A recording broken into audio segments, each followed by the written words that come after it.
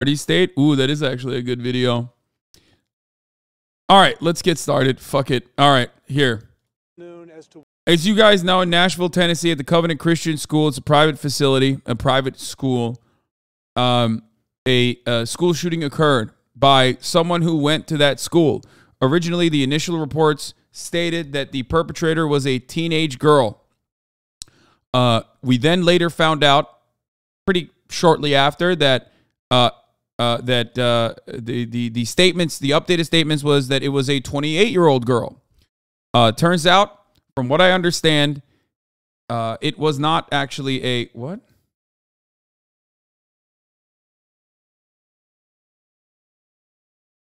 Are you okay? Take a week off. Okay. Like, there's no ads running right now. The 3-minute ad break is over already. Anyway,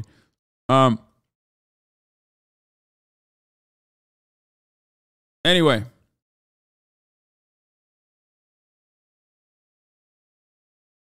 Gaming on his main monitor probably, and I just fucking banned him. Okay. Where was I? So, the second report was that it was a 28-year-old girl. That was also false. From what we understand, this was a trans man, okay? An AFAB trans man, assigned female at birth, trans man who did the shooting. Why is this important? Because there's a lot of like misgendering and stuff happening, and it is taking the conversation away from, it was a trans woman. Wait, what? It's a trans woman? No. Wait. No, it was not a trans woman. It is, no. It's a trans man.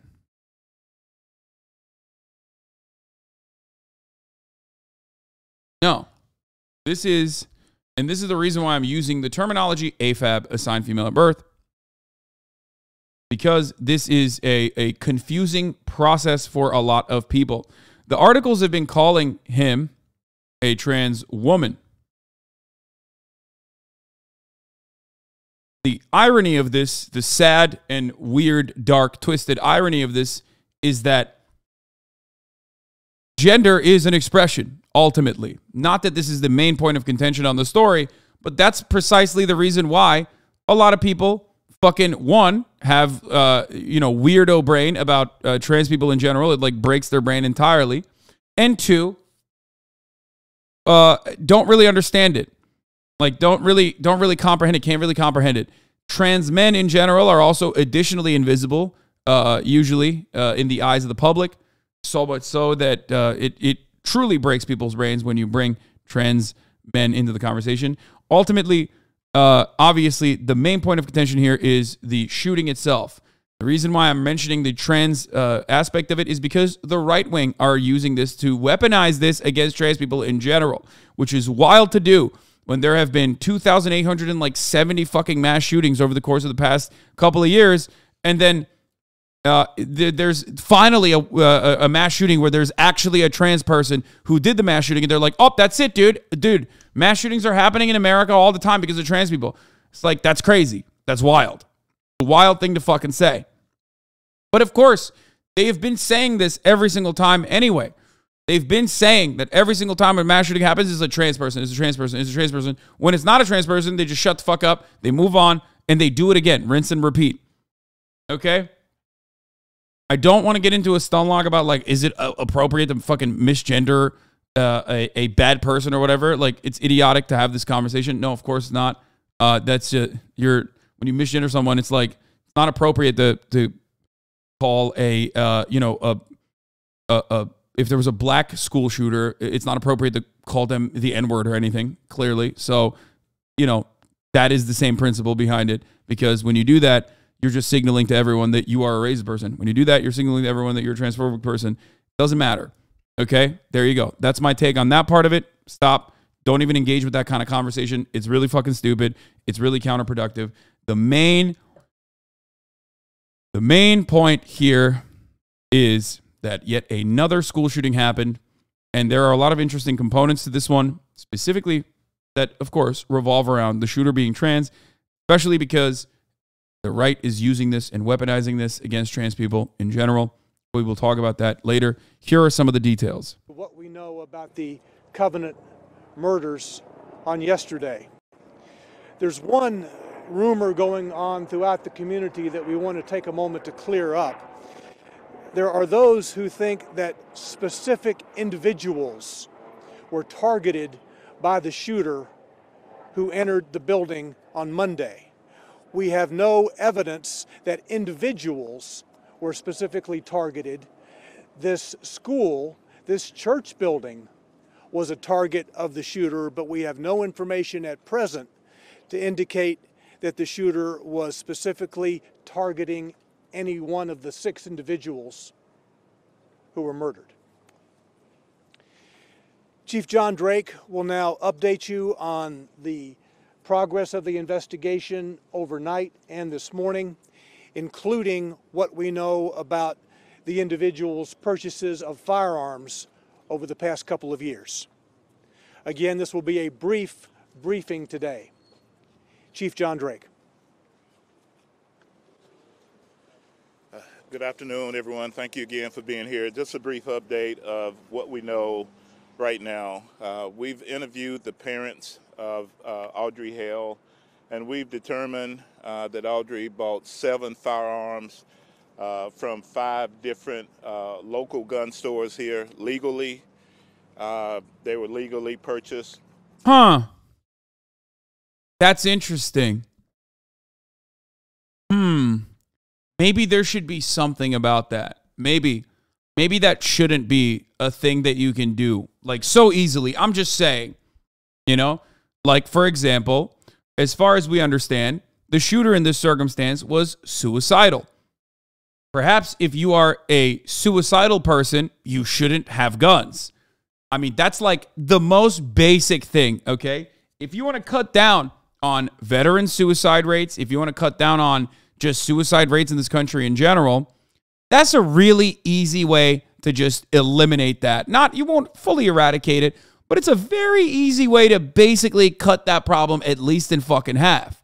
If you're suicidal, you can't buy a gun, okay? It's for your own fucking good. Now, before someone turns around and says, well, you're going to disarm our veterans. Yes, for their own good, okay?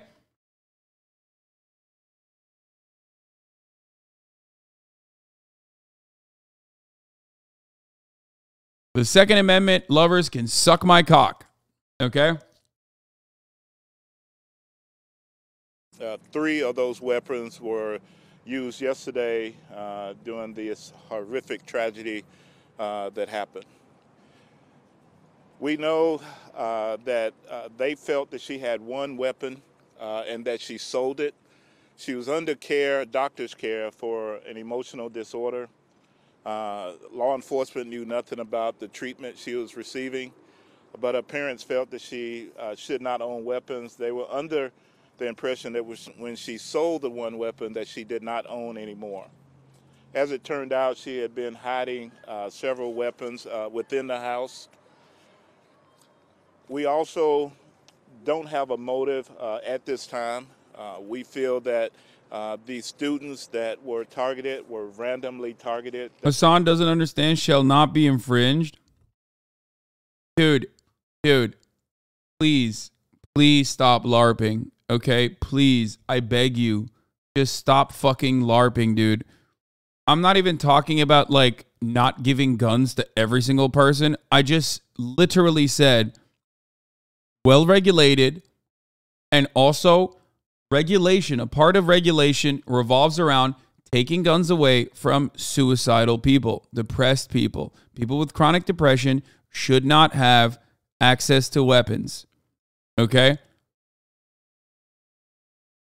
Please, you are so fucking stupid if you think that this incredibly common idea, this incredibly common concept that like every other nation pretty much has decided is like going to be the bare minimum rule that they apply. I don't know what to tell you, okay? It is so frustrating to have this conversation over and over again. Everyone needs a gun, problem solved. I think, I'm going to be honest, you're too stupid. Like, you also do not make the bare minimum, like, brain processing capability to have a gun as well. I've decided suicidal and people with the chronic depression should not have weapons. Pretty simple thing. Pretty simple concept. Okay? And then you, because you're too stupid. How about that? Take 30 seconds off. Think about that. Stop baiting me when I'm talking about some serious shit.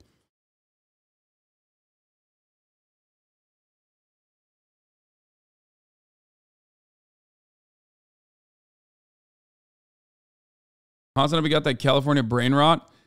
It is not California brain rot to say depressed people with chronic depression, suicidal people should not have access to weapons. It's American brain rot to think that I'm brain rotted for saying the most common sense thing. And it's not even because they will harm others. In the very rare instance, a suicidal person might harm others. Okay? Incredibly rare. The reason why I'm saying this is not because this will stop suicidal people from harming others. It's because this will stop suicidal people from harming themselves.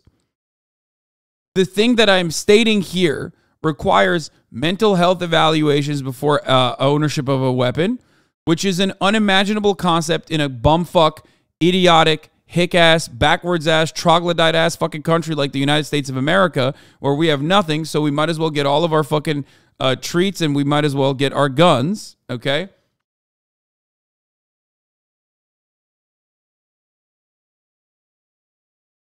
The real reason why I'm stating this, however, and many people ate the bait and didn't even realize it, is because when you are a suicidal person and you have a fucking gun, you oftentimes will use the gun to kill yourself with it. You will literally cut 50% of suicides in the country. A gigantic percentage of veteran suicides that come from literally just guns. Just being a veteran with PTSD, chronic depression, and a litany of other mental health complications, and having an arsenal is such a major issue that the United States Department of Defense, or the VA's solution to this, is this, okay? Here. You want to see how fucked up this country is, dude?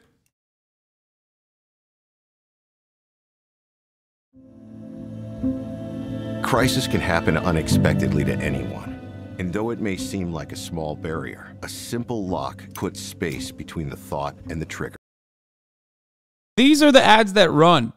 They used to run on Twitch as well at the top of the hour when I ran a fucking commercial break. Like, how are you going to act like this is not a real issue in this fucking problem, dude? I mean, issue in this fucking country, dude. Crisis can happen unexpectedly to anyone. And though it may seem like a small barrier, a simple lock puts space between the thought and the trigger. Learn how securing your guns can help prevent suicide. I love that, like, we don't have anything. Hasan trolling moment, right? Because he doesn't understand it at all. Bad take. Yes, dude, you're right. Every veteran should actually have a weapon if they have PTSD and a chronic depression, so they can fucking kill themselves, as they often do. So frequently that, like, the U.S. military has decided to, like, try to combat the problem. Of course, they can't do anything about the problem. 22 veterans a day killed themselves, okay? A lot of them use guns. But, hey, you know what? It's such a big issue that the U.S. Department of Veterans Affairs thought maybe we could do, like, a gun lock or something, and that will help.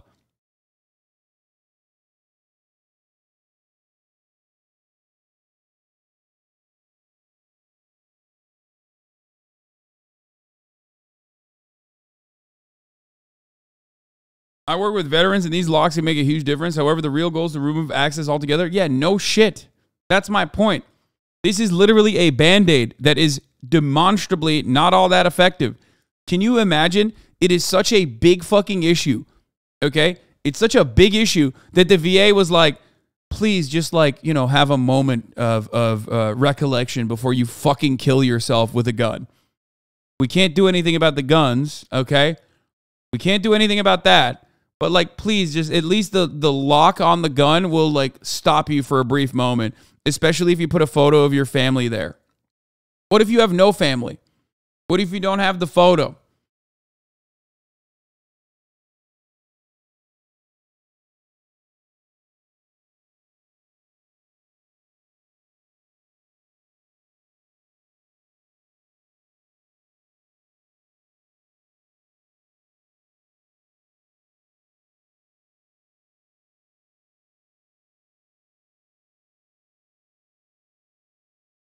I'm a vet. Literally every intervention specialist from the VA will tell you to take your guns away from your peers if they're having trouble, or if you're having suicidal thoughts or depression, to give them to a friend. I've stored guns for friends in rough places while they get help. This isn't an insane take. I know. But every fucking jingoistic, military-loving LARPer in the chat is like, nah, brother, you don't fucking understand. Our veterans need to have their weapons on them at all times. Like, they're just... It's like literally fucking idiotic kids in Iowa who are like fantasizing about guns and fantasizing about the yee ass dumbass fucking vets and how they fantasize about how veterans are, not really thinking about how, regardless of a person's political background or whatever the fuck they've done, they shouldn't have such an easy way to fucking kill themselves, especially in a country where veteran suicide rates are so goddamn high. You don't understand, brother. What they should do is buy another gun to shoot the gun while they're shooting themselves in the fucking head. 2 guns. That's how you fix it.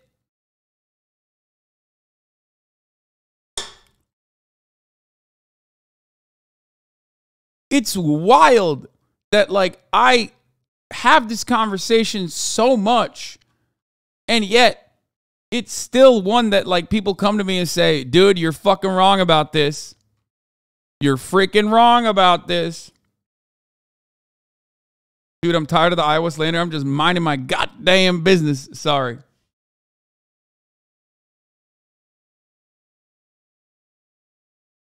Yeah, you know, you remember who thought that you should arm fucking veterans? Chris Kyle. Guess what happened to him? As he was dealing with, like, someone with crippling PTSD. Oh, that's right. He got fucking shot at the gun range, okay? So maybe not the best idea. Just absolutely fucking murked. Yeah. He got Chris Kyled. There was not any particular student that she was looking for at the time of the incident. And that's what we know as I speak. And we'll take any questions that you have. So in the manifesto, there's several different writings about other locations. There were locations, there was talks about the school. There was a map of the school, a drawing of how potentially she would enter and the assaults that. When trans use a gun, they don't talk about trans, they talk about gun. No, man. When white people use a gun, they talk about guns. I talk about guns. That's what I talk about. I talk about gun control in an issue that pertains to gun control. It doesn't fucking matter if the shooter is trans. We are in the United States of America. Of course, inevitably, some trans motherfuckers are going to do mass shootings too. Everybody gets a piece, okay? This is America, baby. The land of the free. Do you understand? It's unimaginable that like every single person for every single background is not going to eventually do a mass shooting in this country. Of course. The most American thing you can do, baby. That's how it works.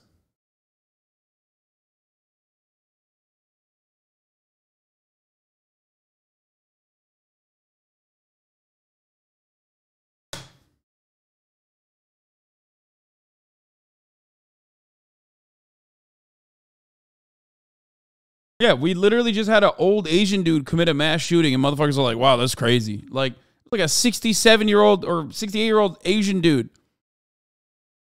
Fuck you mean? It's America, goddammit. Everyone gets to do a mass shooting. Once you're in America, you're an American, okay?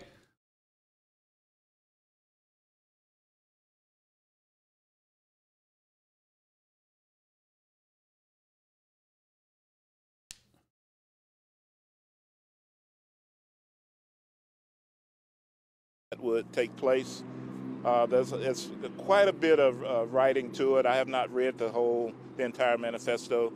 Our team and the FBI has been working on this. Chief, can you clarify where exactly the victims were Wait, what? No way. It's a stolen police cruiser? Yo, I'm sorry. We have to interrupt this for this. I know, like, crime time is huge, but, like, I normally wouldn't even cover this. But this motherfucker stole a police cruiser. I thought you could turn those shits off from afar. What is happening? No, like, this is IRL GTA to the fucking maximum.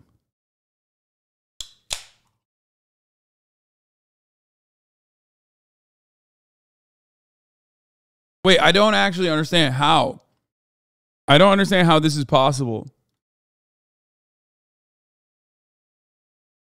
Wait, why is there no audio? Scott Reif is in Air 7 HD. Scott, watching this person drive on the shoulder into oncoming traffic, watching this person drive on the shoulder into oncoming traffic makes you fear for the worst.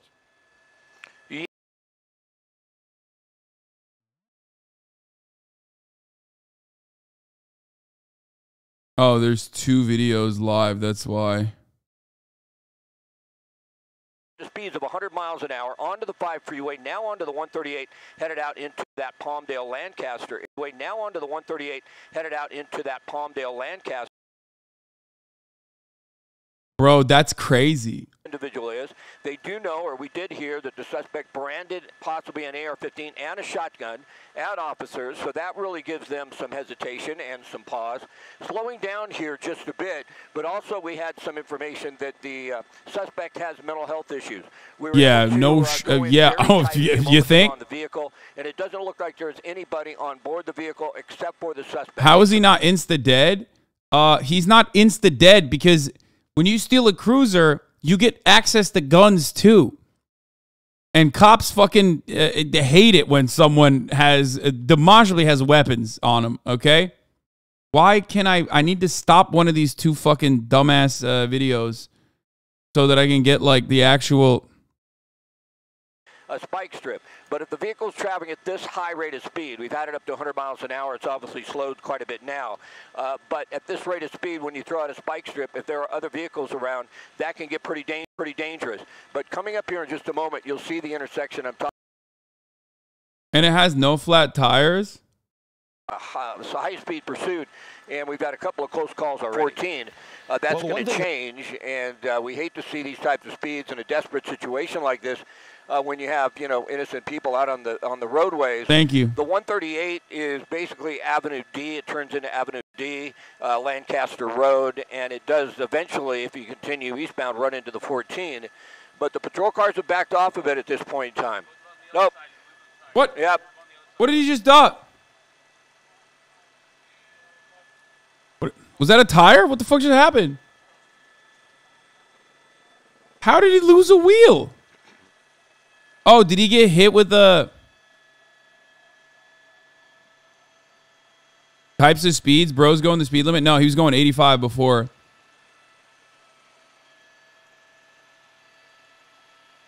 Bro, there is a likelihood that this dude might actually end up. Absolutely. We had some audio issues there for a moment, but I believe the spike strip did hit it, even though we didn't think it did initially. We had a report they thought he missed it, and we got that out to you. But if that left tire goes, hopefully this will slowly. What is he down. Look doing? at this. Opening the door, maybe. Oh, it's jumping out of 5 miles an hour. Oh my goodness. He's alive. He's alive. You know, this is just sad. We know this individual had mental health issues. I know somebody. He's alive. He's alive. He's alive. That's insane, though. That was just horrible to see. You know, we hope that this individual is going to be okay. They want to get him out of the road very quickly so other vehicles don't come by. That's crazy. Like he saw the spike strip right there, Philip. Didn't want to drive over it, and then opened that door and jumped out. I think that's insane, miles. Bro. He jumped out. He jumped out literally right before the spike strips. Right before the spike strips. That's crazy. He pressed the wrong button. Shut up. I mean, this dude is like absolutely fucking insane. He took down a. Go back. Why take it off the screen? What do you mean, why take it off the screen? I'm not trying to fucking show you, like, anything that might have happened there. You know what I mean?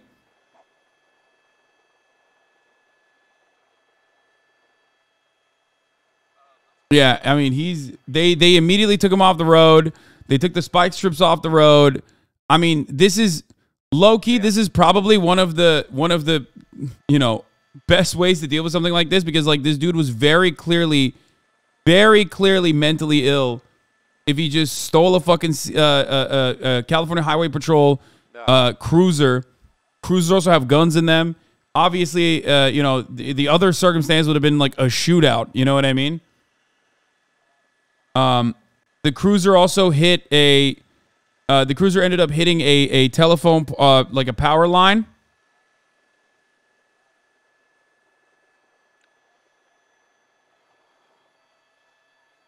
Aren't the guns on the rifle rack locked? As far as the drive is concerned, I don't think there's going to be much of an issue. There's a little neighborhood here, and there's good detours around it. But the 138 will be shut down, basically at 87th in both directions, and for some time.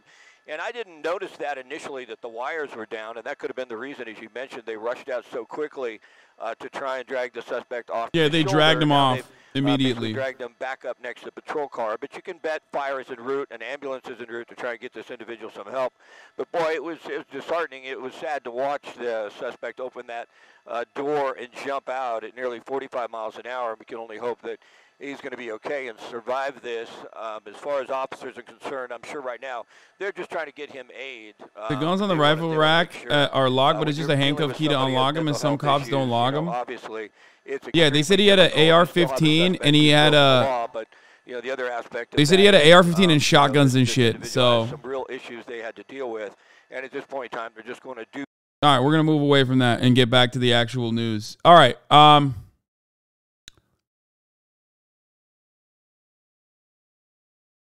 How is that a logical thing for someone to do, even as a mentally ill person? What do you fucking mean? What, like, there's no... Bro, stealing a cruiser is insta-death sentence, okay? I don't even know how the fuck he did it. Like, I don't even personally understand how he was able to steal a fucking police cruiser.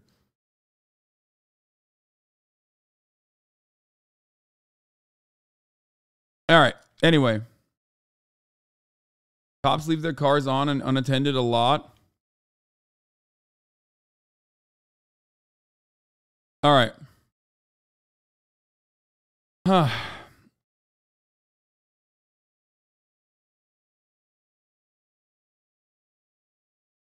Cooler, we need to fund cops more so they didn't leave their keys in their cars. Yeah. Okay. Let's get back to the story at hand here. Okay. Nashville police, school shooter, randomly targeted victims. Spread out in different locations. When I went into the actual church, the kids had already been transported to the hospital. Also, the two of the adults, I did see the head school person, and she was in the hallway by the office. That's the only one. They were spread out. Wasn't in one common area, but they were spread out. Chief Drake, can you talk about the response in terms of targeting other buildings, other places?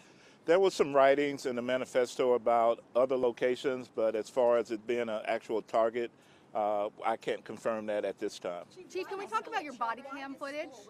Did you feel like your officers did everything right? I'm sorry. Just about the 6 victims who were killed. Where exactly were they? Were they walking through the hallways when this happened? And I also heard peripherally that perhaps the head of the school may have ran towards the shooter. It's very possible the head of the school could have done that. I can't confirm that one way or the other. I do know she was in the hallway by herself. There was a confrontation. I'm sure you can tell the way she was laying in the hallway. There was the custodian, the African-American, as she shot through the door to enter. She sprayed rounds through the glass, striking him. You could see where he came to rest.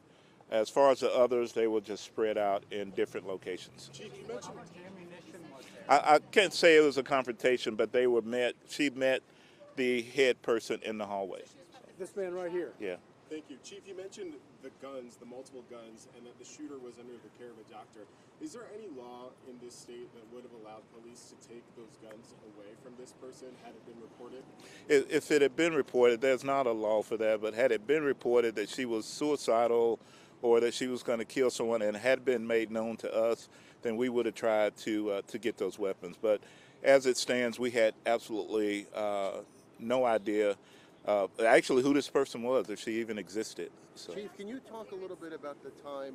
What else did the parents say? Did they expect anything like this to happen? So we know yesterday the Ms. Hill was leaving out of the residence. She had a red bag. They asked her what was in the red bag, and I think she just dismissed it because it was a motherly thing. Listen, okay. For everybody who's like hyper focusing on the misgendering here, it's understandable to get upset about the misgendering as a trans person, but also remember that like part of the reason why they're misgendering is not because it's deliberate, but because they just don't fucking have a way of this is a trans man, okay? Trans men oftentimes are just like fully seen as invisible. No, they're not doing it because it's a murderer. They're not like weaponizing transphobia. They just don't fucking know, okay? They don't understand it. So everybody, calm down. They literally just do not get it. That's it. That's why you see a lot of people say, that's a trans woman. That's a trans woman when no, he was not a trans woman. He was a trans man, okay? Like, they don't even understand it, though. It's not on purpose. So just recognize that there's going to be a lot of this shit. There's going to be a lot of this shit nonstop for the fucking entire week. It's just that people do not personally get it, okay? And I didn't look in the bag because at the time she didn't know that her daughter had any weapons and didn't think any. You're going to defend a murder? I'm not defending. What? I'm not doing that at all. I am not. Again, they lost a child, so it's very traumatic for them. So, Chief, I think you were first. Yeah. So, could you talk about the police response? I know they engaged the shooter pretty quickly once they got to the school, but can you talk about the events that led up from when they got the call, what time did they arrive at the school, and could you talk about that time? Because it appears about maybe like 14 minutes or so. yeah, so they got the call at 10:13, and by 10:24 they had engaged the suspect. As they arrived on the property, there were police cars being hit by gunfire. The suspect was in an upper level. We believe there's been some training of being able to shoot from a higher level. And her gunfire, from the video I've seen, she stood away from the glass so she wouldn't be an easy target to be shot. But as officers were approaching the building, there was gunfire going on. They went in, they went through door by door as we clear buildings. They heard gunfire and immediately ran to that and then took care of this horrible situation. And how long did it take officers to actually get to the school initially from when the first call came in? From the time it went out from 10:13 to 10:24, it was over. The exact time, arrival time, I'm not sure. I know that myself, I ran emergency, and as I got there, they were coming out bloody and all kind of things were happening. So I barely missed being able or being there to go in as well. So it was really quick, the response. And I think you were next. So. Yeah, Chief, I was just going to ask you about the... PJ Salt was trying to make a joke about the cop saying you are defending a murderer. That guy's at least shot a homeless person or gave an order to shoot a homeless person. Just tensions are... Here's the thing. Tensions are supposed to be high in the situation, but I'm going to keep it a buck. I don't think they are. You want to know why? Because we as a fucking nation are completely and entirely, utterly desensitized to this kind of violence. Okay? Straight up. Like, even normies that I was talking to were, like, more confused about the shooter's gender expression than the fact that yet another fucking school shooting happened. Okay? So we've basically got... we've gotten so desensitized to murder in general. We've gotten so desensitized to like deaths in general, but especially when it comes to like gun violence, it is such a normal part of American existence that we basically just move beyond the shooting itself and go after like the differences. You know what I mean? We already play the plug and play response, immediate response. You know, don't make this political. Used to be a thing. Now, immediately, of course, everyone makes it political. It's just wild. It is a wild circumstance where it seems like nobody gives a fuck that like children are being shot at schools. It seems like nobody gives a fuck at this point because we have so effectively so effectively gotten to a point where like we all recognize that we don't have any power over this, like at all. Like we have no power over this at all. Everybody gets it. It's just numbness. You know what I mean? People just feel kind of numb because they know like, oh, that's another fucking school shooting. Like this country is a country, the wealthiest nation on earth, one of the most developed countries on the planet. This is a country where more children die to gun violence than they do to fucking car crashes. Like that's insane. It's the #1 killer of children. That's wild. That is fucking wild. All right, if you don't think that that is an issue, I don't know what to fucking tell you. Like, if you don't think that that is a major problem, you're delusional.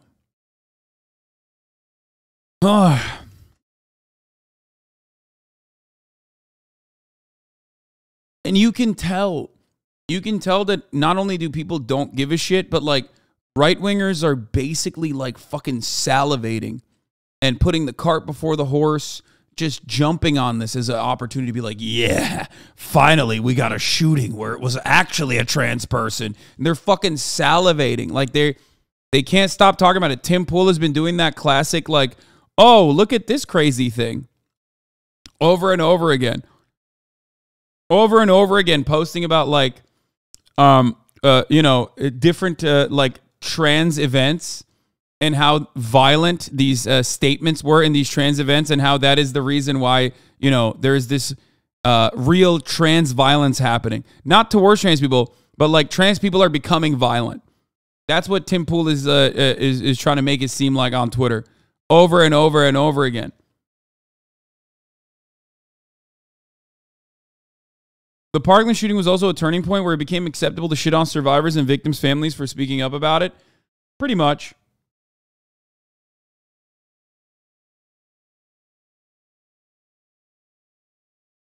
Like, I mean, here, look at this. Representative Tim Burchett, Republican from Tennessee, on school shootings. 3 precious little kids lost their lives, and I believe 3 adults, I believe it's, and the shooter, of course, lost their life too. So it's a horrible, horrible situation, and we're not going to fix it. Criminals are going to be criminals, and my daddy fought in the Second World War, fought in the Pacific, fought the Japanese, and he told me, he said, buddy, he said, if somebody wants to take you out and doesn't mind losing their life, there's not a whole heck of a lot you can do about it. 3 precious little kids lost their lives. Love that, man. Thank you. That's sick. That's our legislators, baby. Just openly stating that, you know, it's not going to happen, brother. Sorry. American bravado. Just so fucking violent. Just this level of violence is so obviously preventable. So many countries have prevented it. And nope. Americans are so stuck in their own assholes that they're like, they're like, it's unimaginable.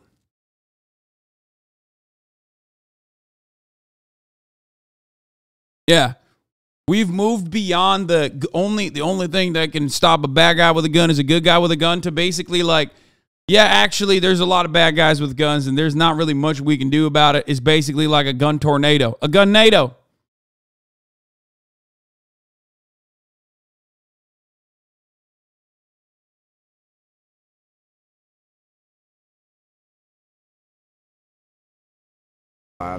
My man said, what you going to do? It doesn't matter.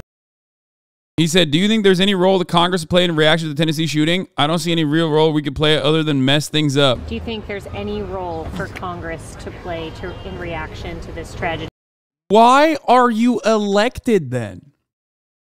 Like, Republican congresspersons are so oxymoronic in their existence. They're literally like the fucking, what's the character? Is it Ron Watson? is it Ron Perlman? Like it's just like Ron Swanson. Sorry, Ron Swanson. Yeah, it's like the Ron Swanson character. It's like, yeah, I'm here to just fuck shit up. My people elected me to personally fuck shit up, to make sure that, you know, Congress has no power whatsoever. We'll just mess shit up, sir. Obviously, this is your state now, but it's happened in every other state. Oh, it's happening. It doesn't matter what state it's happening in. We're all Americans. It doesn't matter the color of their skin. They all believe red. And they're believing a lot. I don't see any real role that we could do other than mess things up, honestly, because of the situation. It's like I said, I don't think a criminal's going to stop from guns. You know, you can print them out on the computer now, 3D printing, and there's really, I don't think you're going to stop the gun violence. I think you've got to change people's hearts. You know, bro, this country sucks so much ass, dude. Like, we just suck so much ass, so much dick and ass, balls and all. It's just, it's so fucking gross, dude. The fact that, like, listen, the fact that you can have an elected representative this close to a fucking school shooting, just go out there and openly be like, yeah, there's nothing we can do about it. Fuck it, YOLO. Everybody got guns and we like them, don't we? Is mind-boggling. I mean, it's just, it's over. It's so over, dude. It's Jover. I can't even maintain the facade of seriousness when covering shit like this.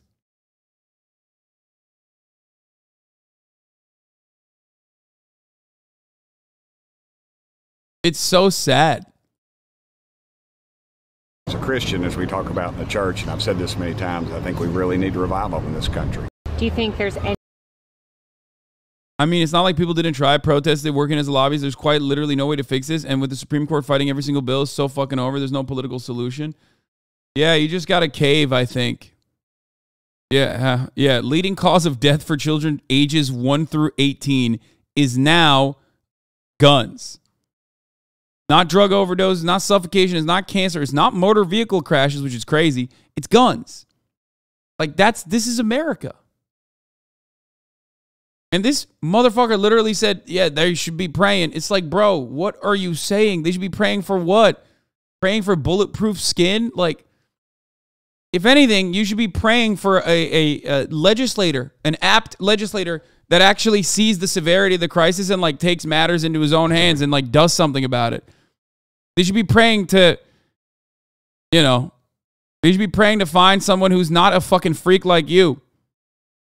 What should be done to protect people like your little girl from being safe at school? Well, we homeschool her, but, you know, that's our decision. Some people don't have that option, and frankly, some people don't need to do it. My man said, in order to avoid mass shootings, just homeschool your children. Lol. That's awesome.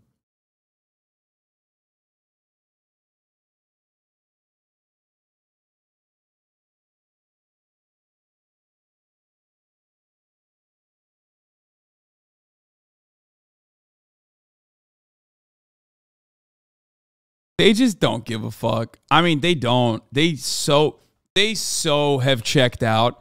They're not even trying. Like, throughout the past 10 years that I've been covering the news online, okay, I have seen the Republican Party basically shift their attitude to, like, carefully dancing around the issue to just straight up being like, I don't give a fuck. Fuck you.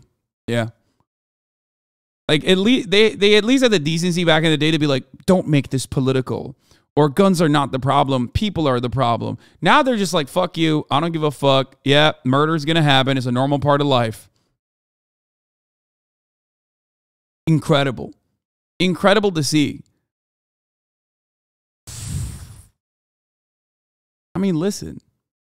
They say this is not about guns. They say this about everything. So it's not that surprising that they say it about guns like this. They have the same exact disdain when it comes to helping the working poor. They say it openly when it comes to not offering you health care. They say it openly when it comes to, well, by the way, they have health care. Remember that. They got the fattest fucking health care packages. Their salaries have increased. right? But not you.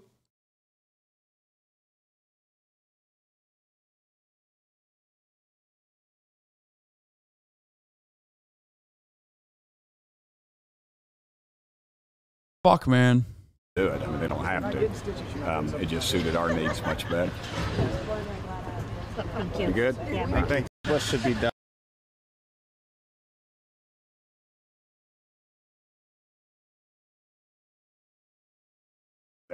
Let's hear what he had to say about drag shows, though. That's the biggest problem for children, I think. Dadgummit, we don't put up with that crap in Tennessee, and we should. Dadgummit. we're not going to fix it. Criminals are going to be criminals. Dadgummit. Yeah. You know, that's the real issue is drag. Yeah. Yeah, there you go. I think this is also a testament to how fakeless and pathetic Democrats are. How are freaks like this man winning elections anywhere in the country? How bad does a Dem have to be to lose this fucking demon? Dr. Felipe, I think the problem with the Democratic Party on this particular issue revolves around their ineptitude on other issues, not necessarily this one in general. I think what you have to remember is that there are a lot of people who think like him. That is the sad state of affairs in this country. Why do they think like him?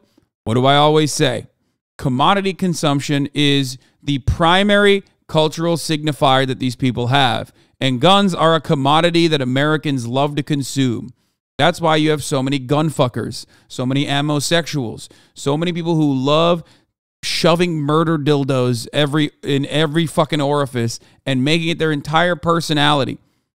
That's what happens when this is a major political issue and it's fun. Fun to shoot guns. Okay? A lot of fun to shoot guns, and then you can feel like a badass on top of that, like you're protecting your family or some shit. Okay? It's the absolute worst possible scenario.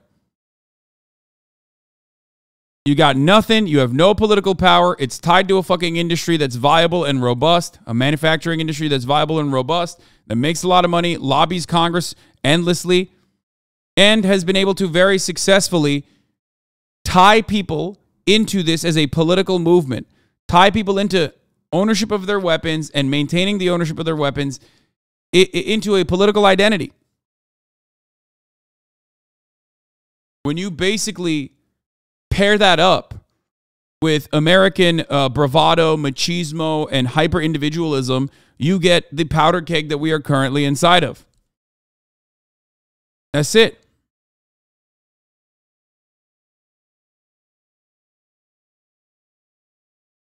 That's it.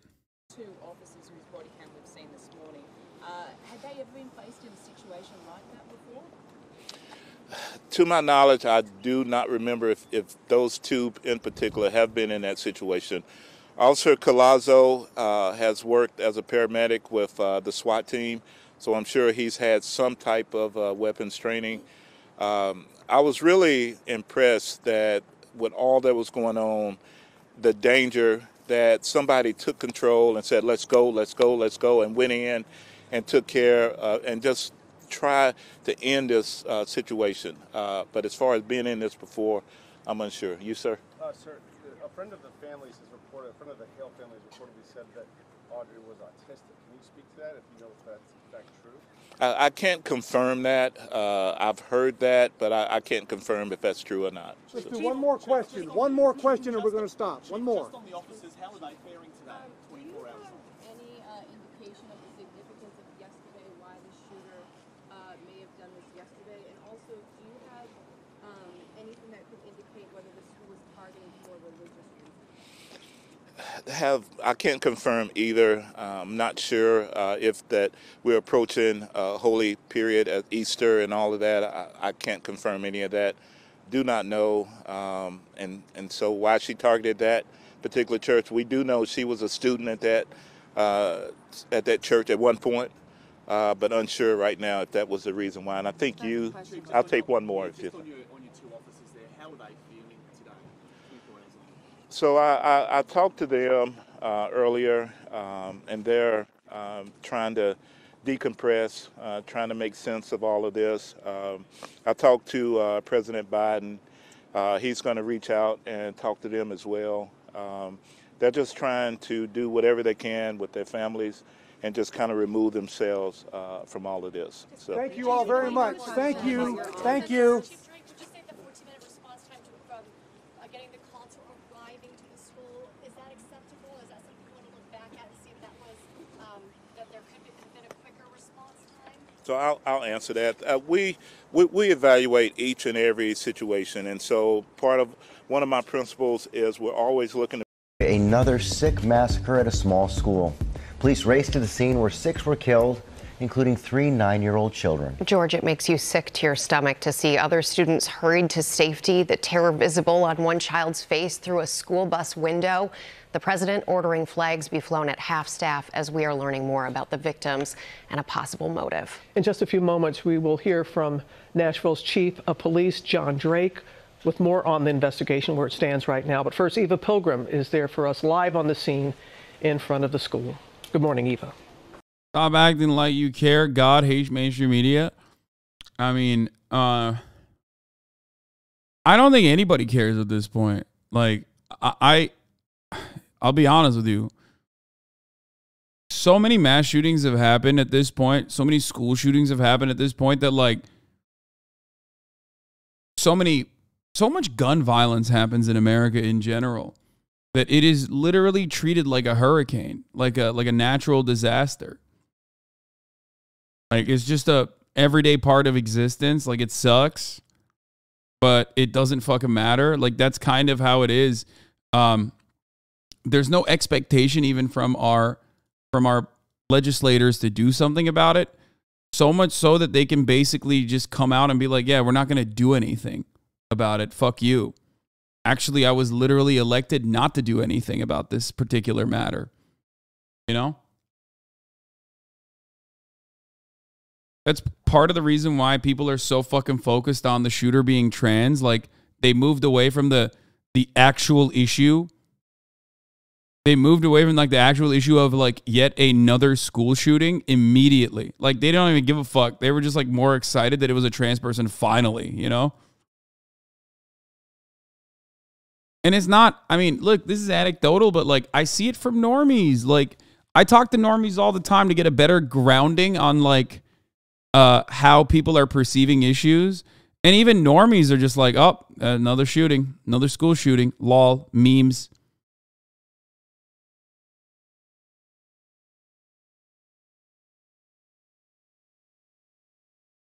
It's just like, feels like this discussion has already been had with Sandy Hook and Columbine, and it's been established with no legislation be made, just rage bait and pointing fingers so we move on by next week.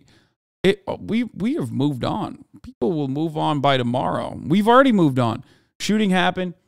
There was speculation that it was the shooter was trans, as always. You know, that's like the most common fucking meme at this point. Then they turned around and actually got what they were wishing for, and it was a trans person. Immediately, the conversation turned to the shooter is trans. We got to do something about the trans people. Like, immediately, almost instantaneously. It was like the fucking bodies were still warm by the time that, like, Matt Walsh and the others were already speculating and, like, literally started talking about how this is about trans people. You know?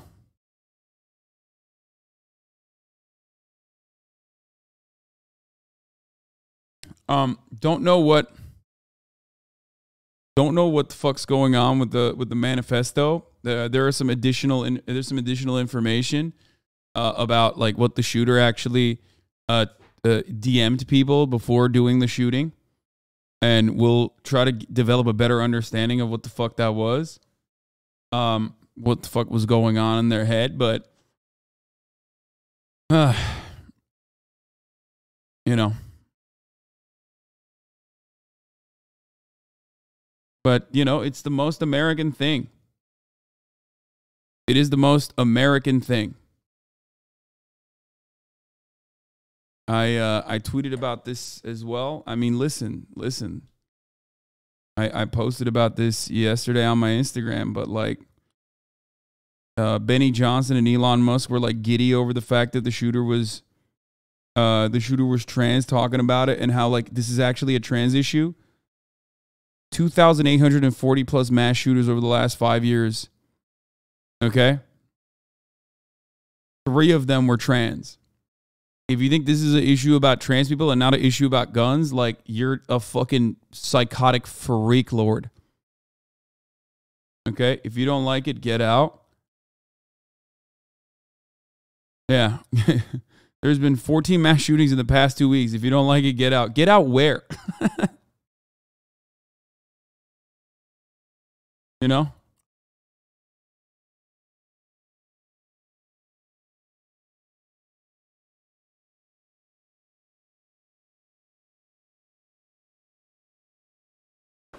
Robin, this is a small church school, about 200 students pre-K through 6th grade. The doors of the school were locked, but that shooter firing their way in. And this morning, we have to warn you, the images you're about to see are disturbing. Overnight, the Metro Nashville Police Department releasing this surveillance video showing the moments the driver of this car shot their way into a private Christian school. Once inside, killing 3 young children and 3 staff members in what police are calling a targeted attack. All units, be advised, we're under a mass casualty alert. The first 911 calls coming in at 10:13 a.m. Be advised, stay out of the general area of Burton Hills Road, Hillsborough Pike, confirmed active shooter. Authorities identifying the shooter as a 28-year-old female, Audrey Hale, saying the shooter identified as transgender.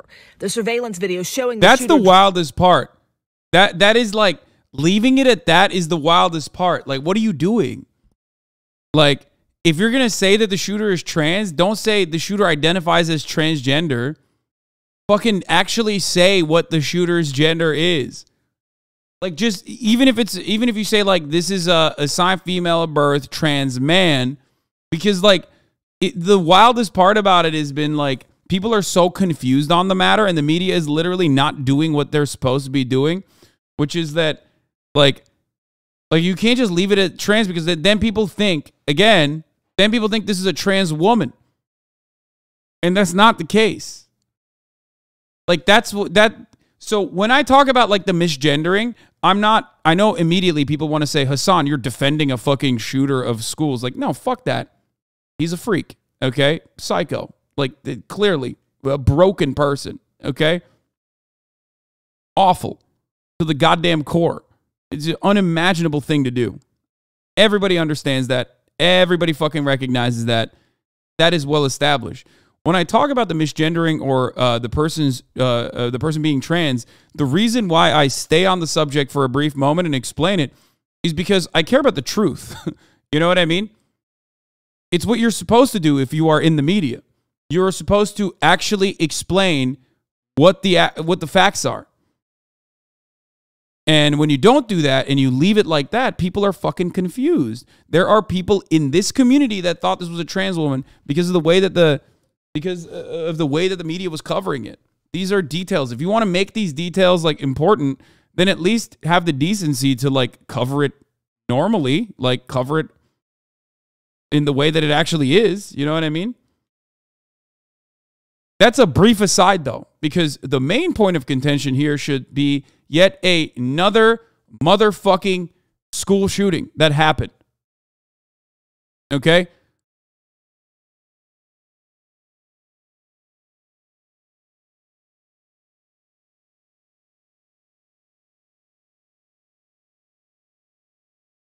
Driving up to Covenant Presbyterian School just before 10 a.m., shooting out the glass inside these doors. She entered the school through a side entrance and traversed her way from the first floor to the second floor, firing multiple shots. The video also shows the shooter walking the halls. Authorities say the shooter was armed with these guns, 2 assault-style rifles and a handgun, 2 of which were obtained legally and locally. The first about 8 or 10 shots were very loud. Love Police that. say when the tactical team of 5 officers arrived, the shooter began firing at them from a second-floor window, hitting their cruisers. There's multiple victims down inside the school.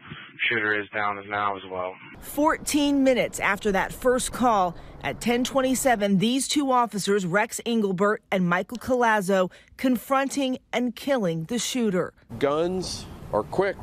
They don't give you much time. So even in a remarkably fast response, there was not enough time. In the aftermath, these images, small children holding hands, evacuating in single file lines surrounded by law enforcement. Terrified faces being bused to a nearby church to safety. Guys, this is how this is going to work. I'm going to call 3 families at a time. The 3 students killed, all just 9 years old. Evelyn Dickhouse, William Kinney, and Haley Scruggs, the daughter of the church's pastor. 3 school staff also killed. 61-year-old substitute teacher Cynthia Peak, 61-year-old custodian Mike Hill, who was said to love his job and viewed coworkers and school kids as his family. And the head of the school, 60-year-old Catherine Kuntz, described by loved ones as a remarkable woman with a bright spirit. Strong and steady and hilarious. Dude, the most American thing is also like just being fucking unimaginably brain broken and then exercising that violence on like random people who absolutely did not contribute to your brain brokenness in any way. 9-year-olds that are not responsible for it. It's the same exact fucking thing that people do all the time with mass shootings. They literally go to a place of authority that they consider to be like a hierarchical existence that reinforces rules on their lives, okay? And they just go and unload into fucking random coworkers. You know what I mean? It is so insane. Look at what the fucking Shinzo Abe shooter did. You know what I mean? He identified a problem. He saw Shinzo Abe as like the major point of why this problem was persisting in Japan. He saw that like he personally fucking saw that Shinzo Abe and his party were allowing the Korean cult church to persist in Japan and collect donations from vulnerable old people like his fucking mom. He made a fucking gun and he shot Shinzo Abe. One of the most effective assassinations of our time. Okay? Straight up. I'm not condoning that. I'm not saying that that is a good thing. Okay? And chat should shut the fuck up and stop Fed posting. My point is that there was a targeted, directed political assassination in a country that has no gun violence whatsoever. Okay? When it comes down to it, in the United States of America, there is a difference. Gun violence is seen as a normalcy, as a normal part of existence in the United States of America, and the victims of gun violence in most circumstances are just random people that caught a fucking stray. You understand? Like, there is no reasonable motivation behind it. It's like people that are deeply, insanely fucking brain broken that are products of the system, and they just go to an area where they feel they're being oppressed from. In this circumstance, there might be additional details. Not sure. Apparently, there's some background in the Covenant Presbyterian Church with respect to a complex child sexual abuse scandal from 2002 to 2012. There was a 2012 lawsuit that alleges that defendants associated with Covenant, including Bachman, Eads, Avery, and Robinson, were involved in concealing unlawful child sexual abuse by John Perry. Okay, so that could be part of the motivation. Not sure. Still not deserved, obviously, because once again, the people that are being victimized in this circumstance are just random people. Like, the 9-year-olds are not at fucking fault. The custodian is not at fucking fault for any of this shit. So even if this was the motivation behind these actions, it's always random, innocent people that get caught up.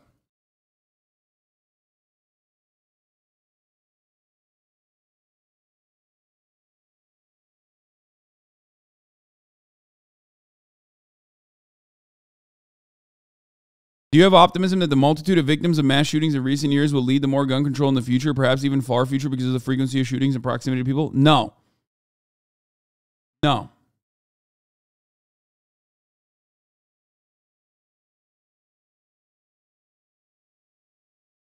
Absolutely not. It doesn't fucking matter.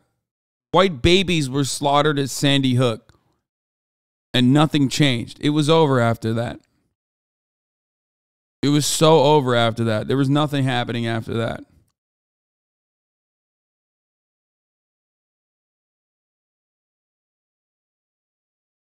Dude, look at this.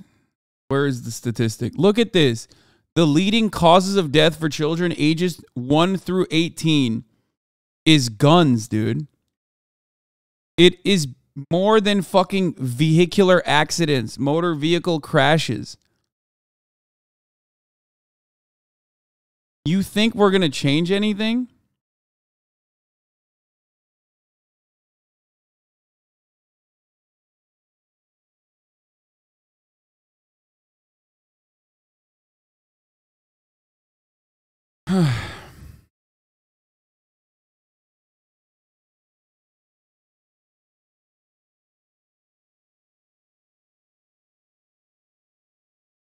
Things are changing. Yeah, for the worse. Permitless carry is one step closer to becoming law in Florida.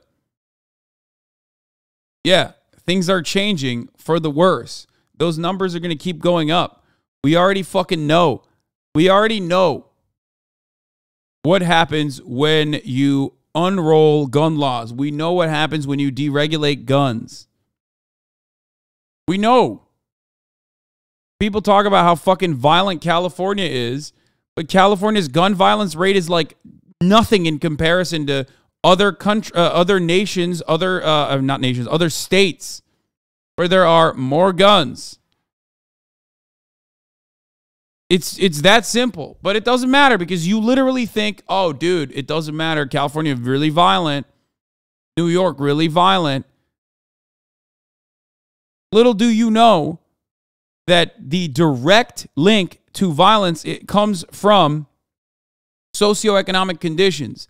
That's why South Carolina's murder rate or violent crime rate is actually 3 times almost higher than New York's. But no one would ever think that. No one would ever look at that state, those 2 states, and expect that to be the reality. It is the reality.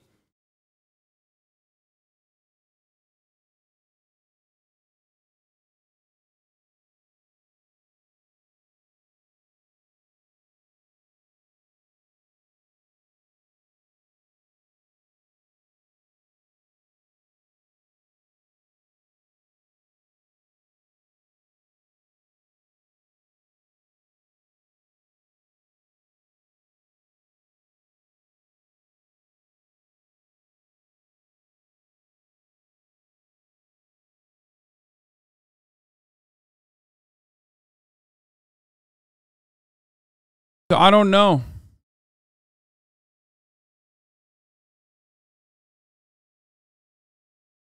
I don't know.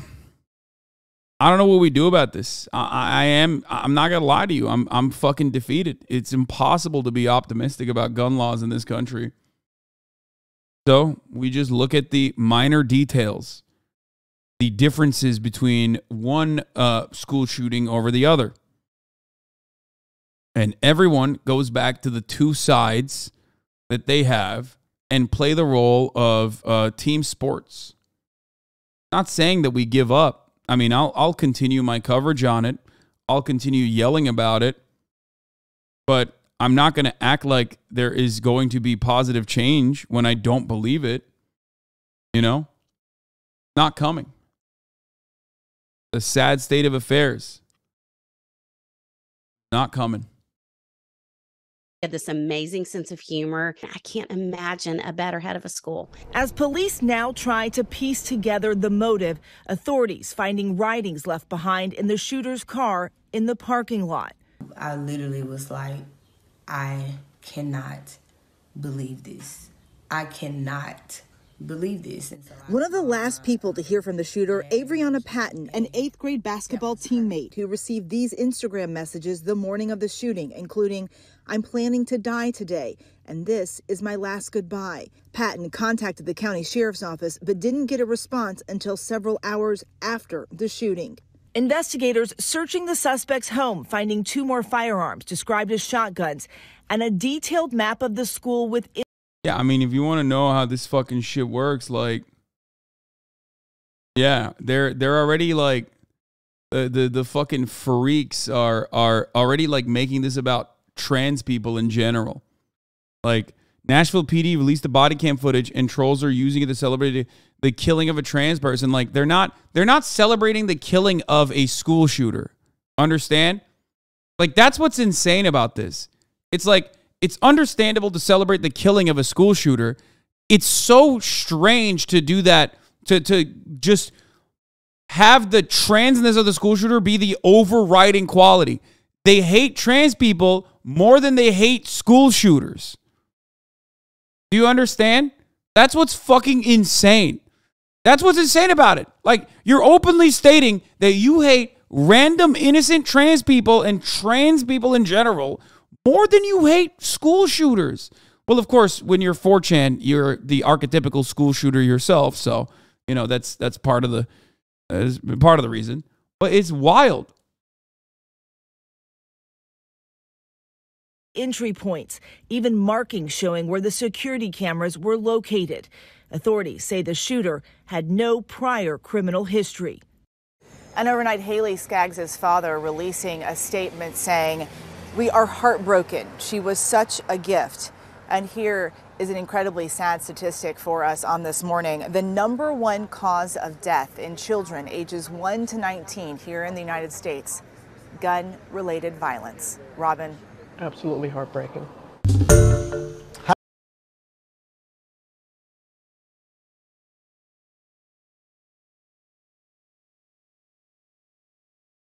Yeah, and you can tell, like, listen, this is what's, I mean, look, a few months ago, I wrote about how Der Stürmer, a pro-Nazi paper in 1930s and 40s Germany, laid the groundwork for the Holocaust by linking every crime to Jewish people. Anyhow, here's the front page of Rupert Murdoch's New York Post today. Transgender killer targets Christian school.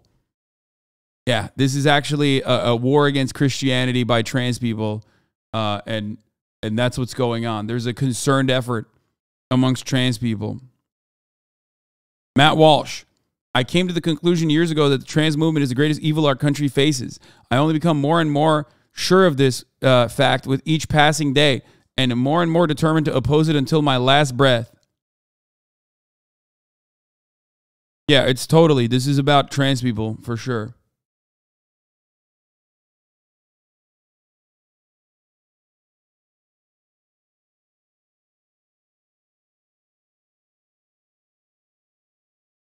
Yeah.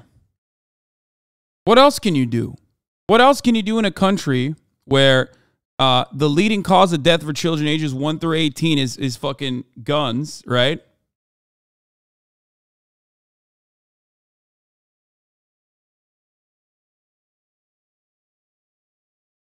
Last year, 3,597 in 2021, 3,597 children died by gunfire. 3,597 children died by gunfire in 2021.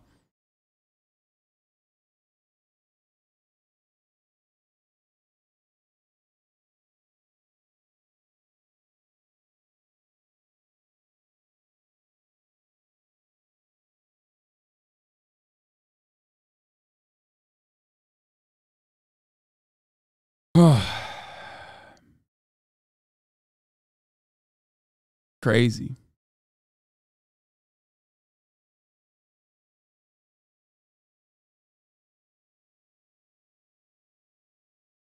Yeah.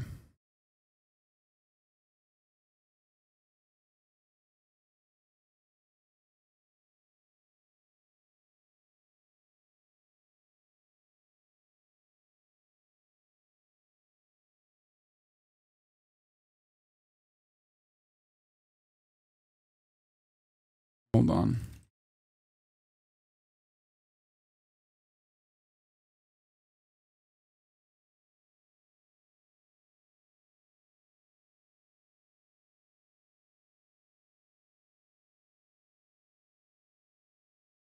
Hold on 1 second.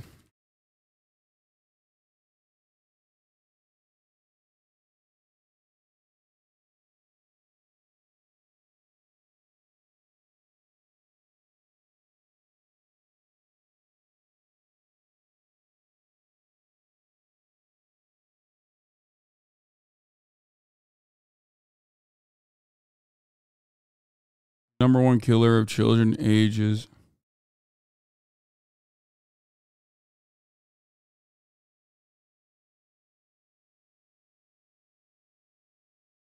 guns.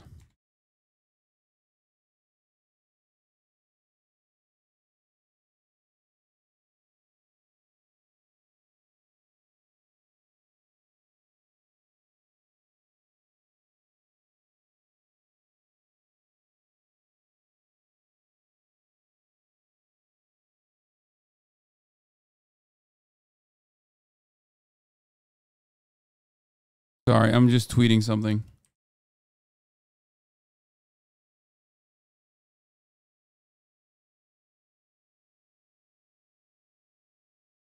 Over the past 5 years, 2,840 mass shootings have occurred in the U.S. 3 of those shooters have been trans. Guns are the #1 killer of children 1 to 18.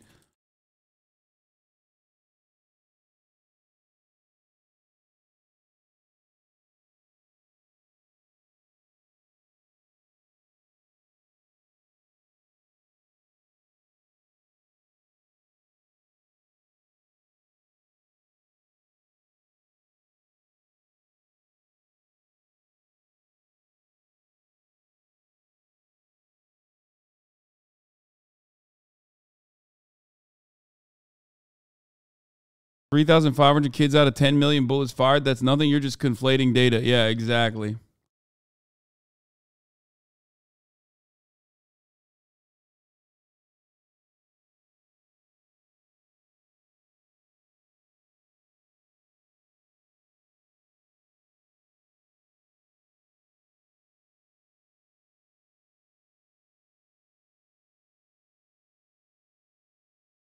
Ease of access.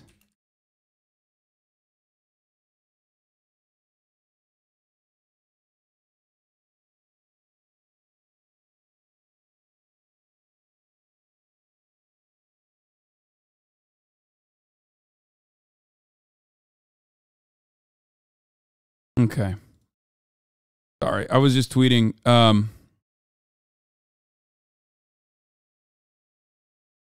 was just tweeting something that I've been meaning to tweet about for a while, which was that over the past this is what I was trying to tweet. Over the past 5 years, 2,840 mass shootings plus mass shootings have occurred in the United States. 3 of those shooters have been trans. Guns are the #1 killer of children 1 to 18, and the writer salivating over a school shooter being trans to deflect away from the main issue, ease of access to weapons. Anyone who fucking hyper focuses on the gender of the shooter or the background of the shooter, and I'm not just saying this because this is a trans person, okay? I've said this when the shooter is a white person. In the overwhelming majority of mass shootings, it is a cis het white guy. Okay? Doesn't matter. There are trans people in other countries. They do not have this problem. There are white people in other countries. They do not have this problem. Okay? The reason why they do not have this problem is because they do not have the same readily available arsenals that they could fucking purchase. Maybe you shouldn't support gun culture by them posing for your wannabe blue-collar merch line with them. First of all, it's not even a fucking blue-collar merch line, you absolute dingus. Okay? It's yee-ass shit. It's the hog line. And secondly, I also shoot guns. I like guns. Suck my cock. I say this as someone who actually likes shooting guns.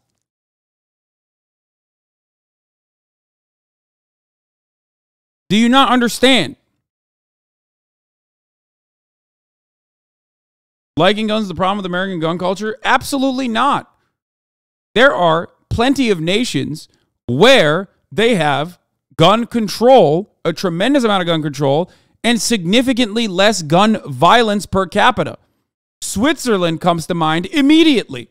Now, of course, in Switzerland, because of ease of access to weapons, in comparison to comparable nations in the immediate vicinity, they still have a higher rate of gun violence. Okay?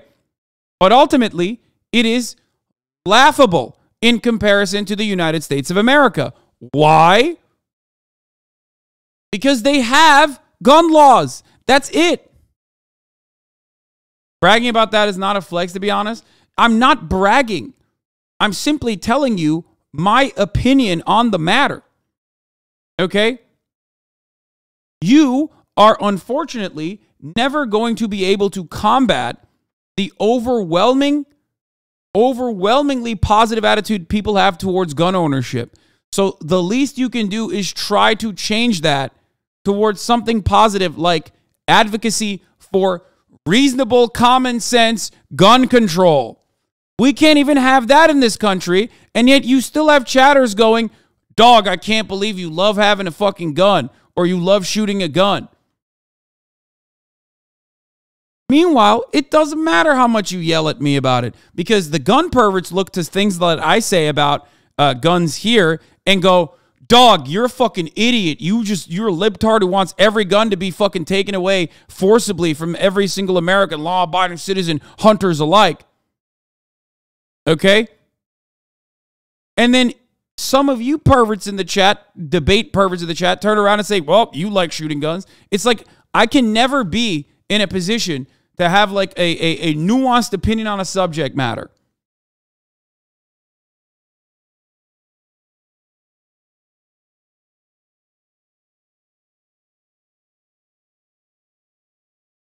Also, turns out friend says she contacted authorities after speaking to Nashville shooter Audrey Hill on morning of attack.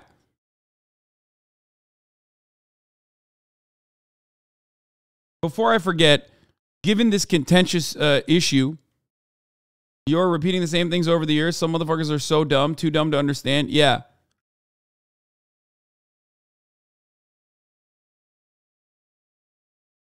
I'm going to run the top of the hour ad break here. I'm not going to do a segue. It's already a frustrating thing to cover. Okay. So, I'm going to go through the body camera footage. Here's the 3-minute ad break. You already know what to do. Fuck it. YOLO.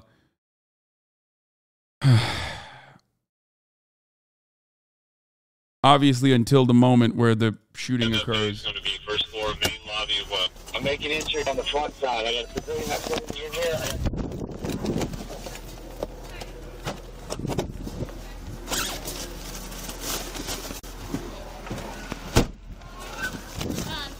Kids are all locked down, but we have 2 kids that we don't know where they are. Okay. Okay?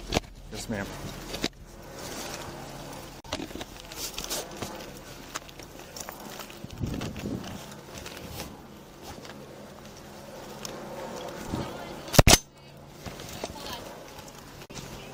Yes. Into my window, they're upstairs. Hey. Hasan wants gun control so only rich people like him can afford to shoot and own guns. Yes, that's what I want. I want guns only for the wealthy. You got it. Fucking idiot. Give me 3. Let's get 3.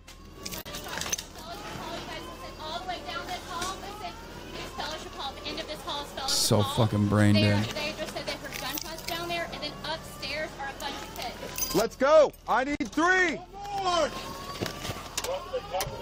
more. Let's go.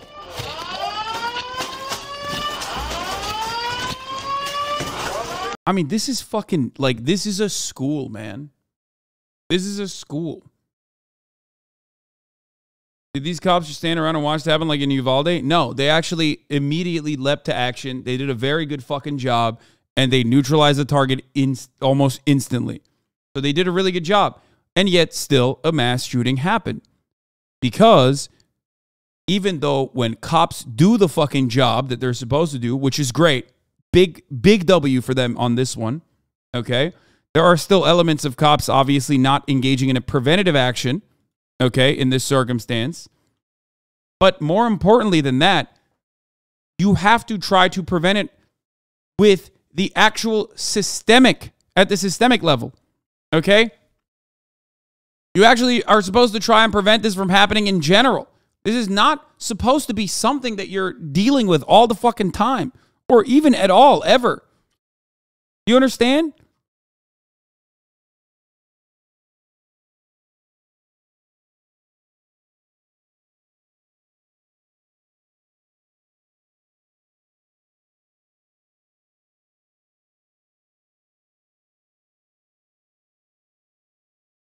Took 14 minutes from a 911 call for the shooter to die. Yeah. And they immediately, the dude fucking took out his gun. He took out his service weapon and immediately rushed in, okay? They did a great job. They did a great fucking job. That much is 100% true, okay? They did not pull a Uvalde. They did a great fucking job because the police immediately released the body camera footage, like immediately, okay? You know they would have held on that. You know they would have fucking held on to that for a month if they had like twiddled their thumbs like the other cops did in Uvalde. Okay?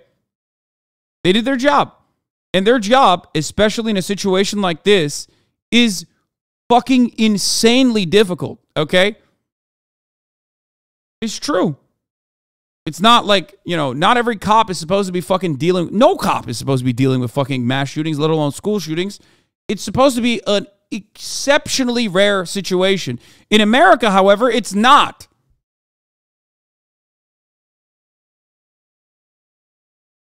So the fact that they rushed in immediately as the officers responding on scene is great. The right thing to do, and they did a fucking great job.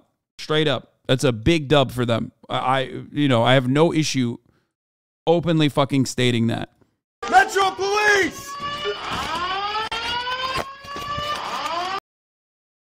Is there any TOS in this? Like, do they show any kids or anything on the ground? I don't know.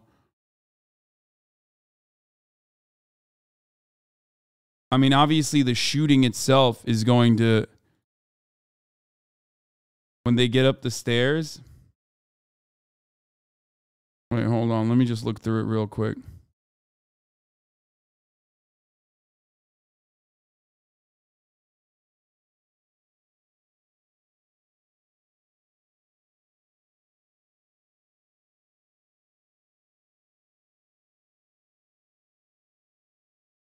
Hold on.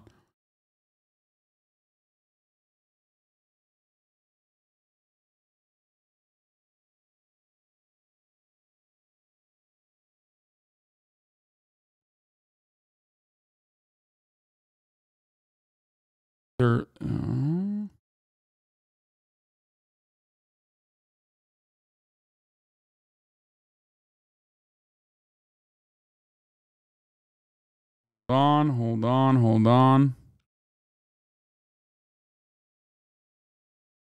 There's a dead kid on the ground at 521. No, they don't show that on this.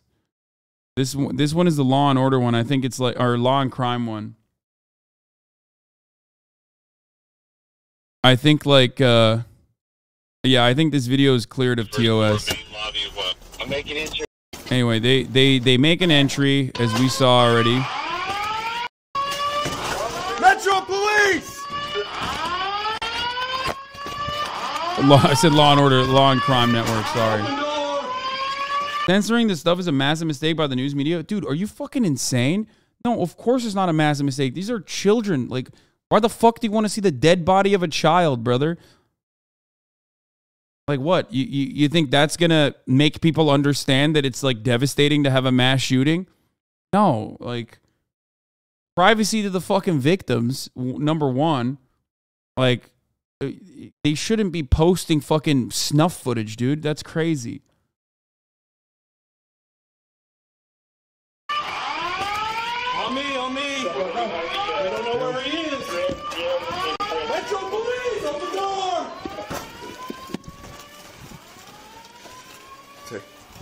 Bathroom, small bathroom. Clear. Next, let's go.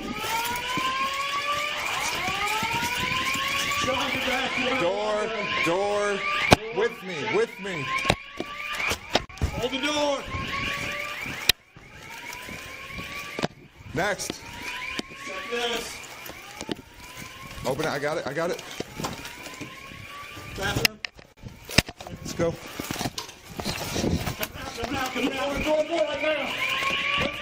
Yeah, understand that like when they're going door to door and clearing every fucking room, the reality of the situation is that like the shooter could literally be anywhere. Okay? The reality of the situation is that the shooter could literally be anywhere in that given moment and could just shoot at them a tactically advantageous tactically advantageous position. So on that front, on that end, like it's actually, oh shit, fucking Christ, dude.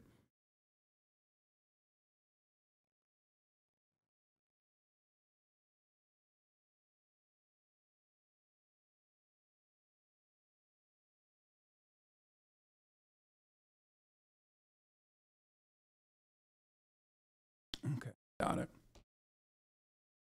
Sorry, it's just like, I hate that they're tactic-cooling a school. It's not tactic-cooling. This is like an actual thing that they're supposed to do. No, I didn't forget to do anything. Just move right. Cover left. Cover left.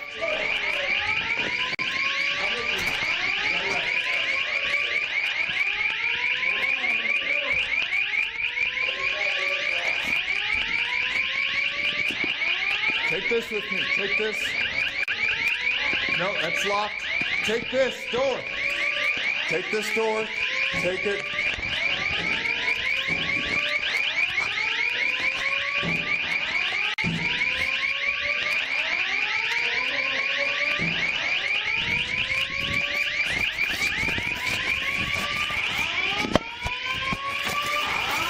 I think it's upstairs. It sounds like it's upstairs. Go.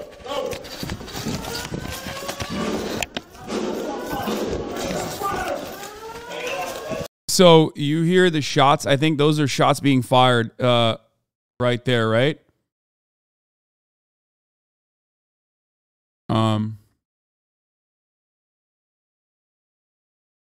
This is a high pressure, high stress situation. The guy is armed. How else are they supposed to approach? No, they did everything right here. Like literally everything right here. So the shots being fired in that situation, I think they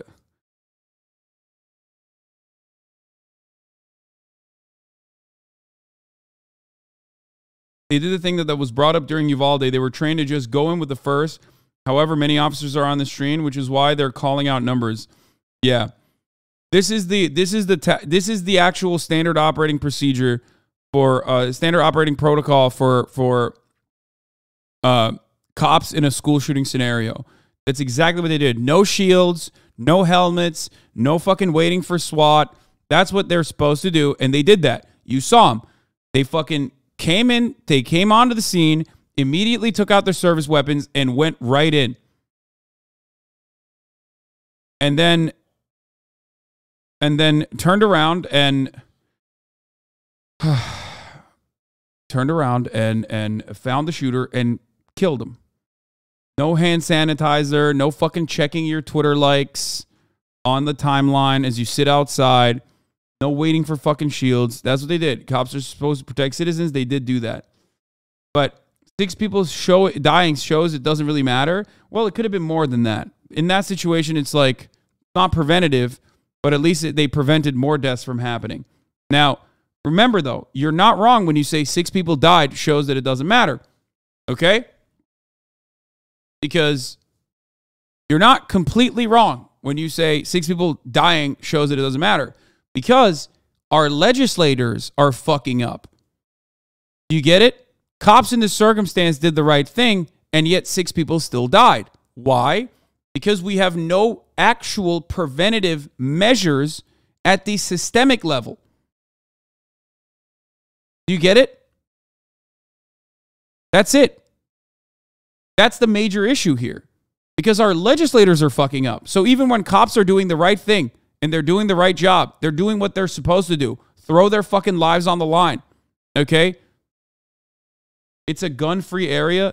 Brother, you are a laughably stupid baboon if you think that, having a gun-free area automatically clears people of how easily accessible guns are, okay?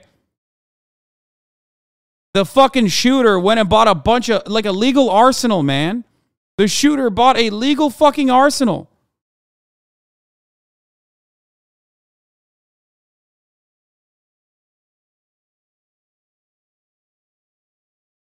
What do you think? It's like a fucking PvP free zone? Is that what you thought? Oh, man.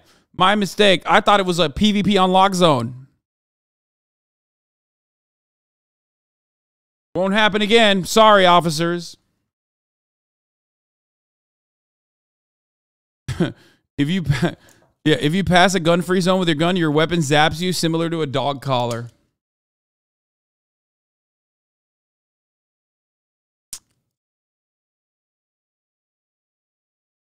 That could be kind of cool, actually.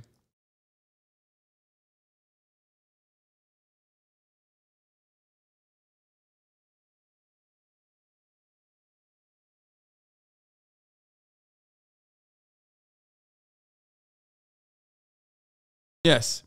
They stop the threat, which prevents more deaths. It does matter, but sadly it doesn't matter enough. Lawmakers will never do anything to do further mental health legislation and certainly won't do anything to restrict guns. Also, gun-free areas have been proven statistically to not work. That's why they refer to these places as soft targets. It literally doesn't fucking matter. It is always a Band-Aid solution until every area is like technically a gun-free area, okay? When you can just very easily go and purchase a weapon, who gives a fuck if it's a gun-free zone or not? No, first of all, I don't even think that the gun-free zones are proven statistically to not work is correct. The reason why they do that is to prevent accidental misfirings, okay? That's it. The reason to do that is so that you can have additional charges given to you if you do actually get apprehended with a gun at a school. And it's not just like something you can get away with by claiming, oh, well, I just brought my gun to school because it's a gun. This is not a gun-free zone. Okay? If gun-free zones did not fucking work, then the NRA convention would not be a gun-free zone. The NRA convention is a gun-free zone. You can't bring a weapon to the NRA convention even though it's done in fucking Dallas.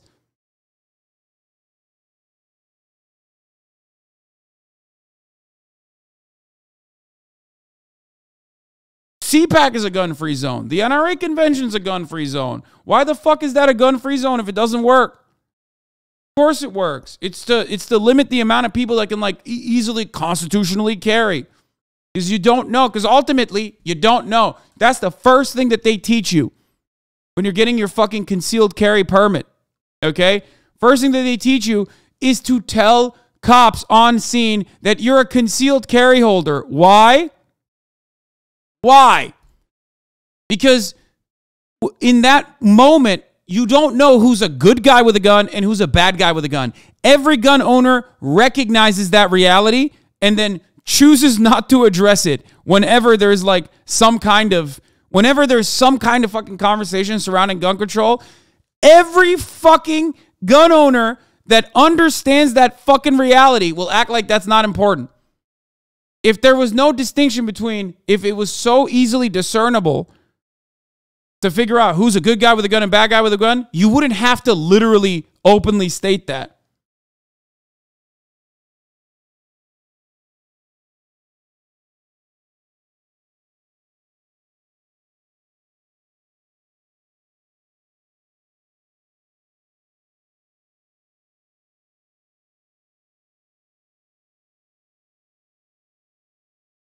Gun-free zones exist because even the NRA knows that a good person with a gun can turn into a bad person with a gun with a blink of an eye, and accidents also happen. Taking the gun out of the situation makes everyone safer in the first place. Exactly.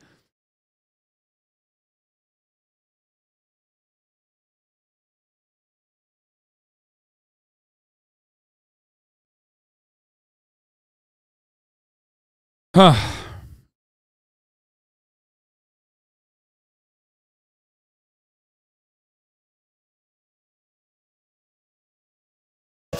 I think there's a... So they're at this point, I think they're shooting. And the shooter is like shooting back, if I'm not mistaken. The video shows him getting shot. No, it doesn't. I think it's like blurred. But that's the shooter firing. You're hearing shots being fired from the shooter. There was a brief moment where they show like a blurred image.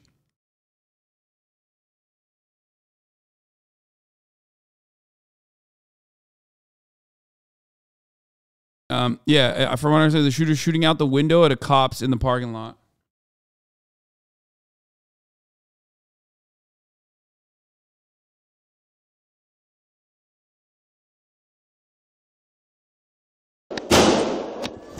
And cops are shooting in that direction now, too. Like, that was a cop that just shot right there. This is it. This is the moment. They don't show it, but this is literally the moment where they see and immediately fucking open fire on the shooter. Go. That's it. No hesitation. They see the shooter and they fucking rip into the shooter. Rest and piss. Okay? Cop must no play Tarko doing a left side peek like that. Okay, dude.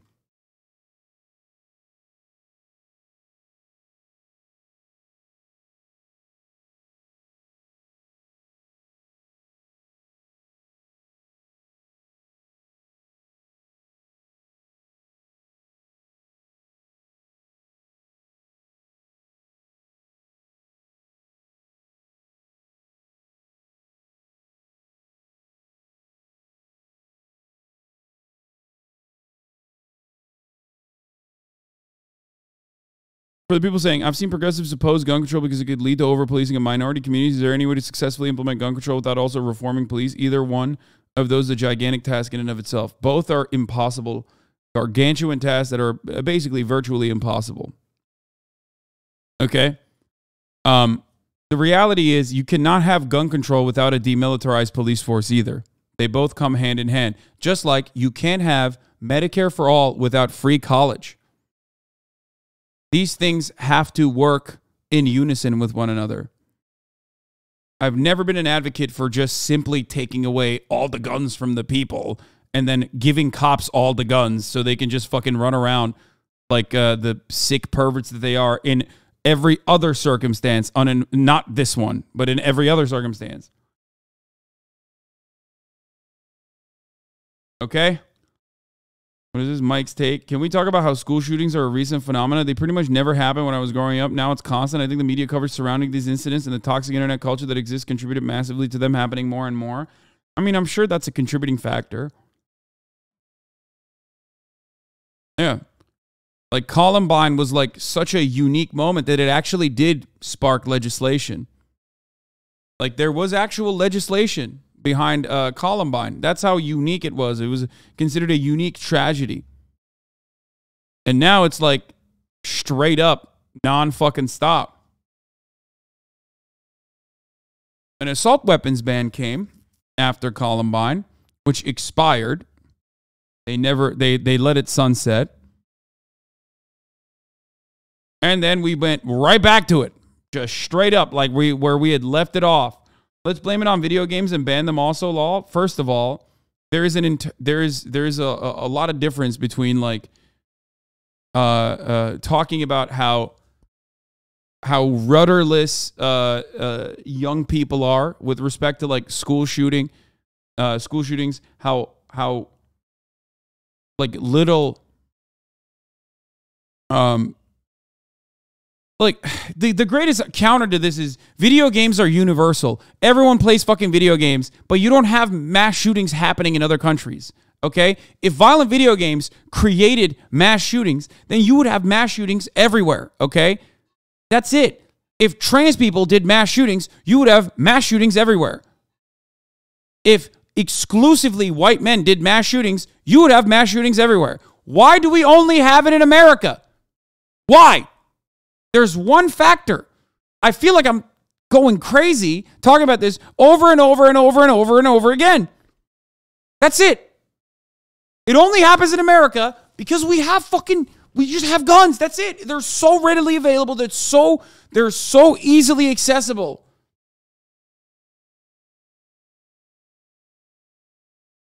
That's it.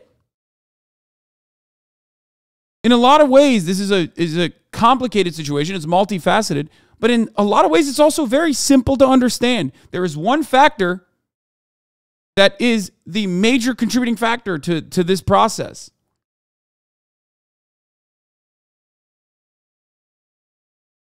In other countries where one mass shooting fucking happens, you want to know why there is no media contagion? Because they do legislation immediately afterwards. Okay, that's it. the government goes, oh, fuck, we can't have this happen ever again. Stop it.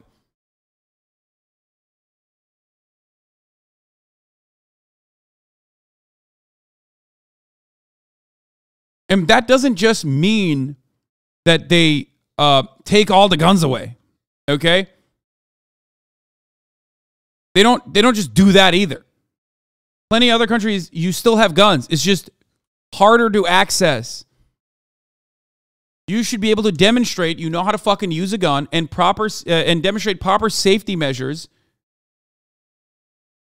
in a country with robust social safety nets. You would be able to have gun ownership in the way that you do, maybe not in America, but like comparable OECD nations. That's it.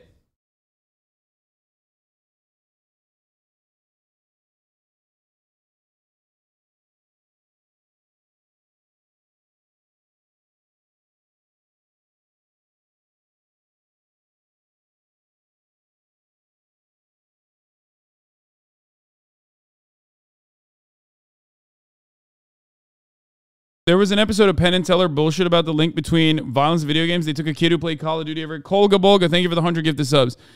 They took a kid who played Call of Duty every day and would say stuff like die, die, die into the mic and had him shoot a gun at the gun range. The kid cried, it scared him. Yeah, guns are scary.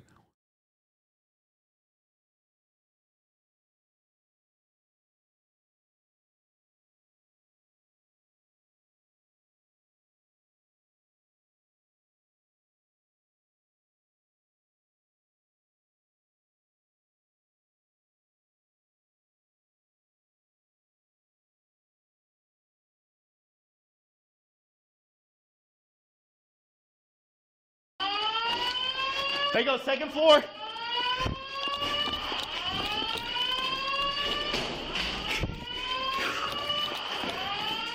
I don't have a radio closet. Give me enough. No, locked door. Where did they go in? First floor, first floor, first floor. Hold there, y'all. Somebody hold there. Hit that door.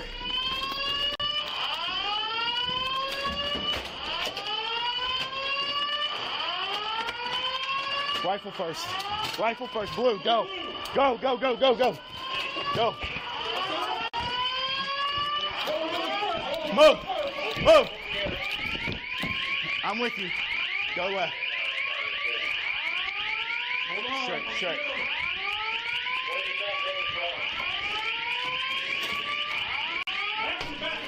Right here, right here, right here, right here. It's locked.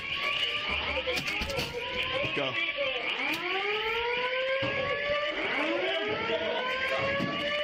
Hit that stair. Hit the stairs. Go. Those stairs. Those stairs. Go. Go, go, go, go, go. Go, go, go, go. I got it. Go. Ready? One down. Keep pushing. Go. Shots fired. Shots fired. Shots fired. Move. There's a blurred body of a child on the hallway that I just didn't want to show you. That's it. That's the reason why I didn't. It's a tiny pixelation. Like, that's all you need to know. 9-year-old, a tiny little fucking thing on the side, on the corner. That's how fucked up it is. I don't think you need to see that. I don't think anybody needs to see that. I don't think that needs to ever happen. That should never happen.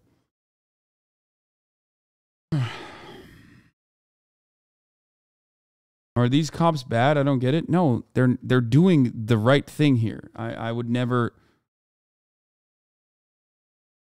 Right.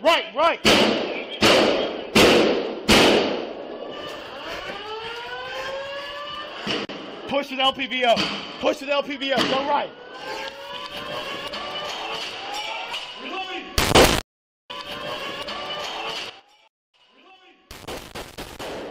Okay, they don't show it. Yeah, there was basically no TOS in this. But yeah, I mean, there you go. They walk in.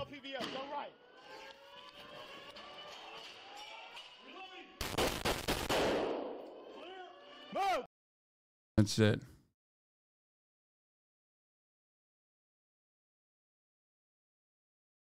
No, there is a unedited like body camera footage available on the internet, of course. I'm just saying that like welcome back to CBS Mornings. There's unedited body camera footage available of the footage that happened on the internet. I'm just saying that this is not the one where they do that.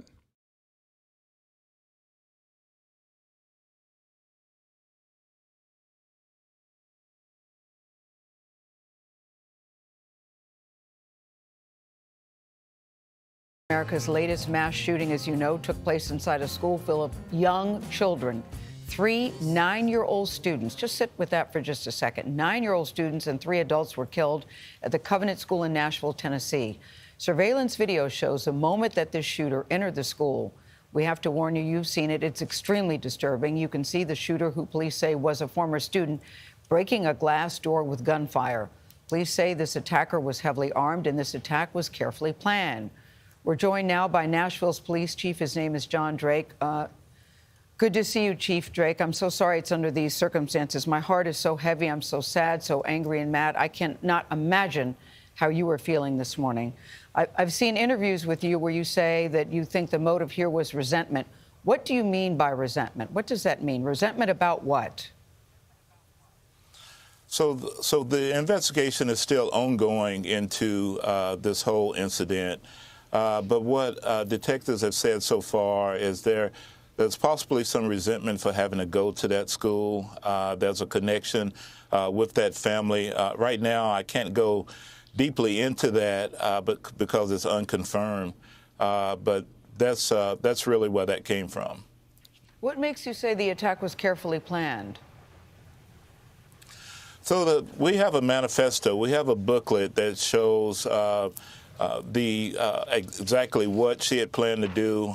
We have maps that showed the entry point into the school, the weapons that was going to be used, the clothing that she was going to wear. She had drawn it up almost like a cartoon character.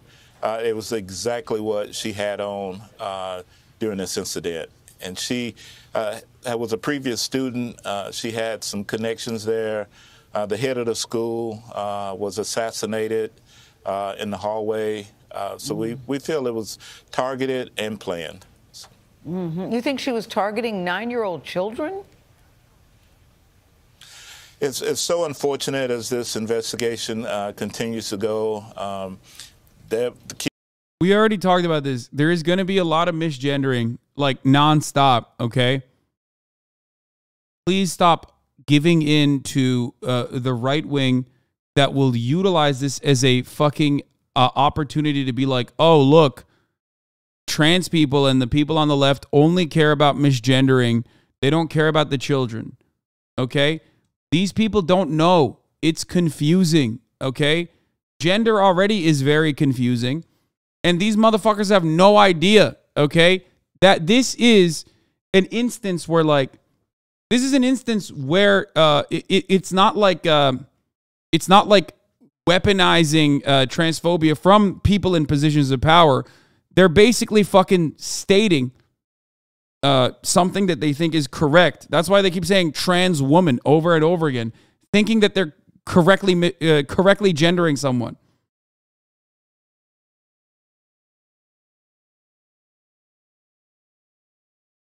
Okay?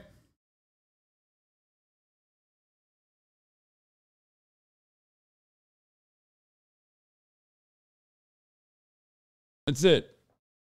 Is him being trans confirmed? Yeah, from what I understand, from the limited amount of information that has been given to us in a sea of disinformation that's spreading like wildfire, I expect the media to do a good job and talk about the gender identity of the shooter, because it's a factually what you're supposed to do. It's a factually accurate thing to do, right? Like, if you say this is a trans woman, you're all of a sudden literally just reporting false information. That's it. It's basic. It's like what you're supposed to do. Or when these guys are doing it, they're not doing it deliberately.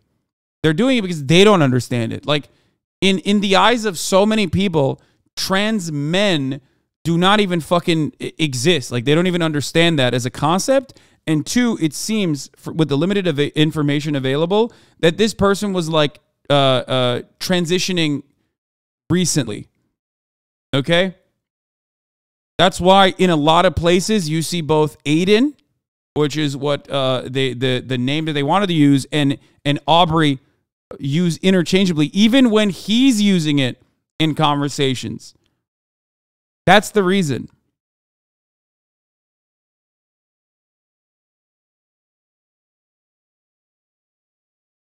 No, Chad is not fighting for a fucking child killer. Calm down. Oh, Audrey, not Aubrey. Sorry.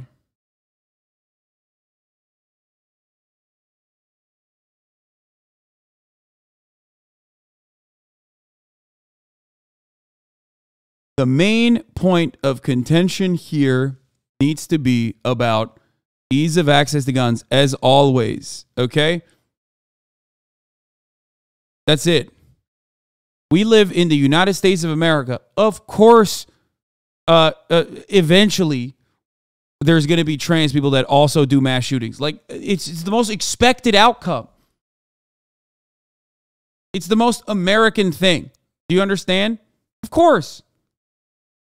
3,000, almost 3,000 mass shootings in the past 5 years. Yeah, 3 of them were trans people. Yeah, of course. Of course there's going to be fucking trans people that do shootings too, because it's just the most American thing. But yeah, the reason why I'm mentioning this and the confusion beyond it, or the confusion that came from this, is literally because, look, Audrey, Aiden, like even the fucking perpetrator was using both names, okay? It seems like this was a very recent transition from all available information at this moment. So, of course, some fucking 50-year-old police chief doesn't fucking know how any of that shit works. There are people who are in progressive circles that don't fully understand what trans men are even, okay? Because the major point of contention around trans existence always has revolved around trans women, okay? And how trans women should not be in these spaces. Trans women should not be competing in, trans women should not be going to the bathrooms. Trans women should not be doing this. Trans women should not be doing that. All matter of conversation that pertains to trans people revolves around transphobic sentiments expressed towards, more often than not, trans women.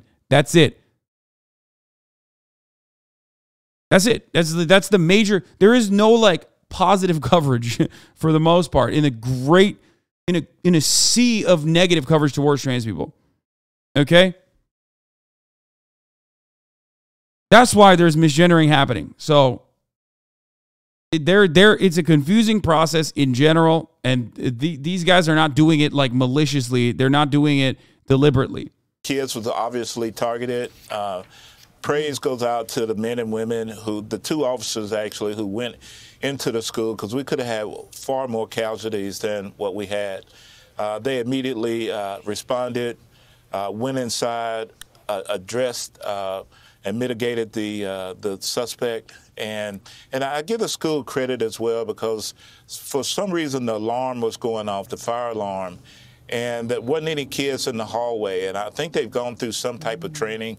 I'll find out more about that today. But they played a great role as well in preventing more lives from being lost. Yeah, all of this conversation that moves away from the main point of contention here in the United States of America, how impossible it is to have any kind of fucking change, any kind of legislative change in general. Any point of contention that revolves that moves beyond that is just deflecting away, and it's done. It's basically done because, like, we're powerless. So we're just going back to something that is more familiar.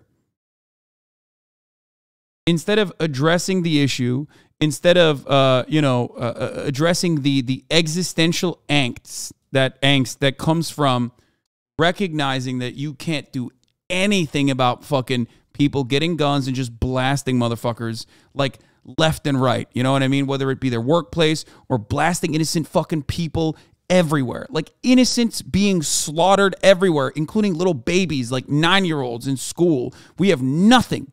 We are so powerless in the face of such inhumane cruelty. Violence is such a permanent part of the American existence, specifically gun violence, that we've started treating it like it's a naturally occurring phenomena. Okay? So that is difficult to address head on. That's very depressing. What do? You go to like what is actually a battle that you are willing to fight, a battle that you fought already. You get it? The battle that you are knowledgeable on, a battle that you're familiar with is transphobia. Or, oh, the shooter's trans. Let's talk about that. Liberals do a version of this as well. In some respects, if they're hyper focusing on like another white male shooter, which is, the overwhelming majority of school shooters and mass shooters in general, right? Liberals play that role too, okay?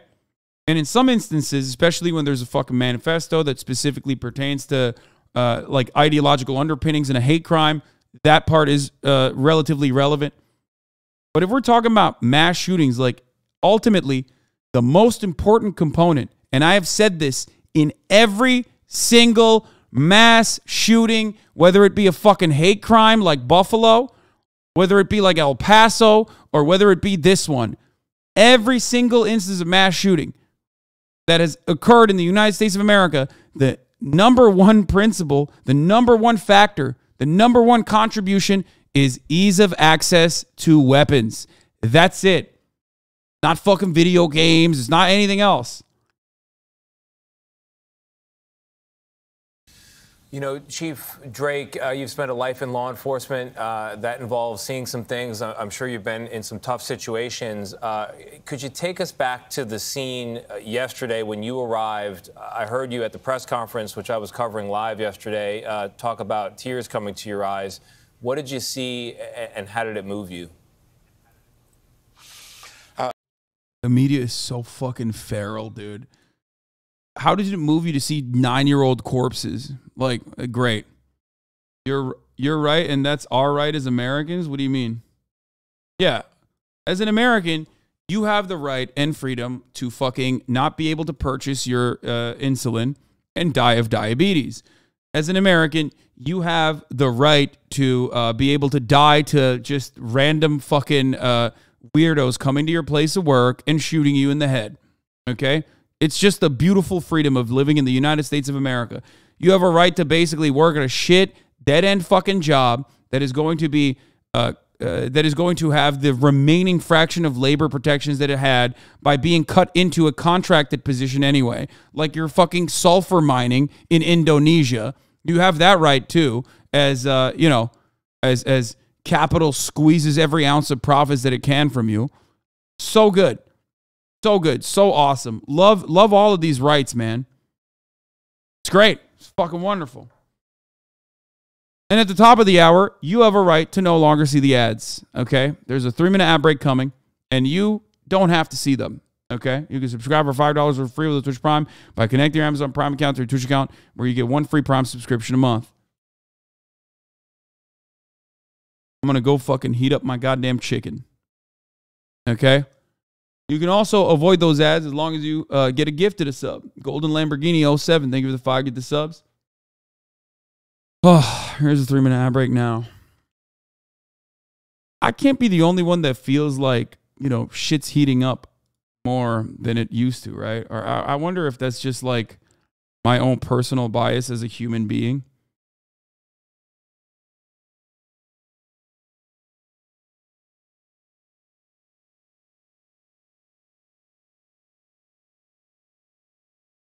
Like, I can't, I don't know, maybe it's my personal bias, but I do feel like there are mass protests happening internationally, mass protests happening in every fucking country towards neoliberal administrations.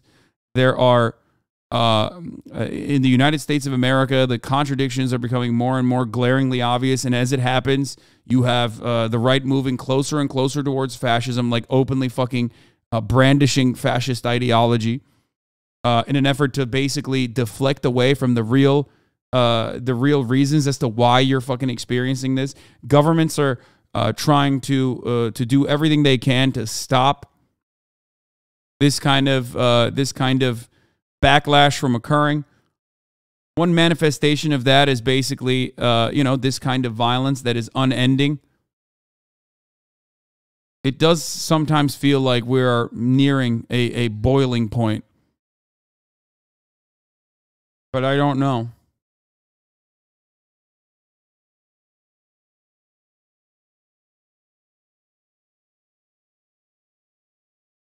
Okay, you can make the same argument for obesity. Sugar and processed foods are everywhere because the government allows it, yet obese people get shamed for it and told it's their fault, not the shitty food. But if that shitty food is guns, it's our right to die and kill others with a heart disease. Wait, what? You think I don't think the FDA should do more to fucking eliminate sugar and processed foods from our diet? I believe in regulation. I believe in regulation and the government actually doing what it's supposed to do. And what the government should be doing is literally fucking regulate guns and also regulate our food supply. What kind of fucking weird take is this? I'm like literally confused by why you even chose to bring that up. Also, obesity doesn't kill other people in the same way that guns do. So that's like such an irrelevant thing to bring up.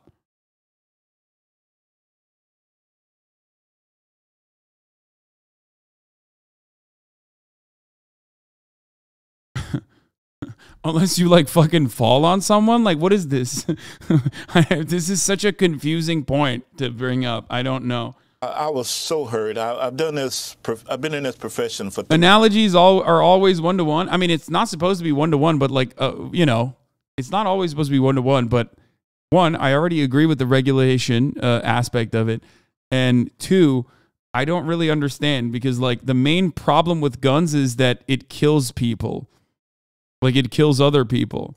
If we were simply talking about guns and how devastating and damaging it is to the individual who holds it, which is true, there is truth to that, then that's fine.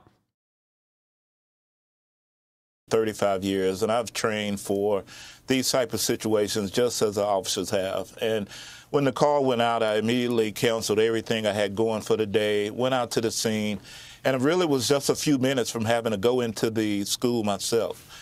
I saw kids coming out holding hand in hand. I saw officers coming out bleeding. I saw just raw emotion. I had officers tell me they wasn't sure if they could do this anymore after carrying kids out of the building. It was just a tough scene. What can you tell us about the shooter? Have you talked to the shooter's family? What can you tell us about this person? So we know the shooter to be Audrey Hale. She's 28 years old. She actually attended that school and has some history there. We've talked to the father and the mother.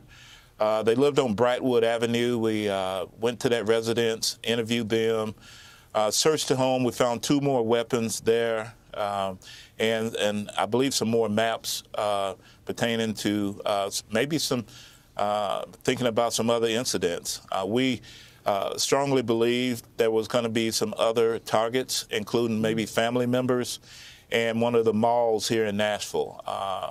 And it just did not happen. Chief, your hometown is Nashville. I would like to give you an opportunity to send a message to Nashville and the rest of the country, if you will, because this is something we are collectively dealing with here in the U.S. I want to say to Nashville and to the rest of the country, we have to do something with gun violence and mental illness. Our kids are counting on this. I was in conversations with my daughter this morning. I have a 4-year-old grandson, and she's considering homeschooling, a place where it's supposed to be safe. We send our little loved ones off. They're excited to go to school. They're excited. I mean, it's understandable that a cop would literally say this because, ease of accessibility of guns makes police work way, way harder. It's, of course, ironic because, like, a lot of the cops are also the same, like, fucking libertarian, like, gun nuts themselves. So I don't know how you fucking deal with that reality, but,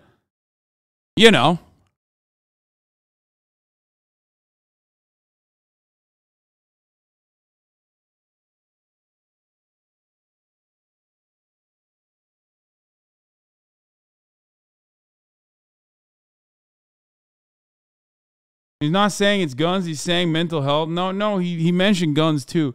But like the mental health one is like so fucking stupid. Rewind, he docks the parents. Okay, guys, if he did that, do you think we should watch it again? What do you think? You think that's better to watch it again over and over again? You think we should just maybe, you know, post it in the fucking chat too?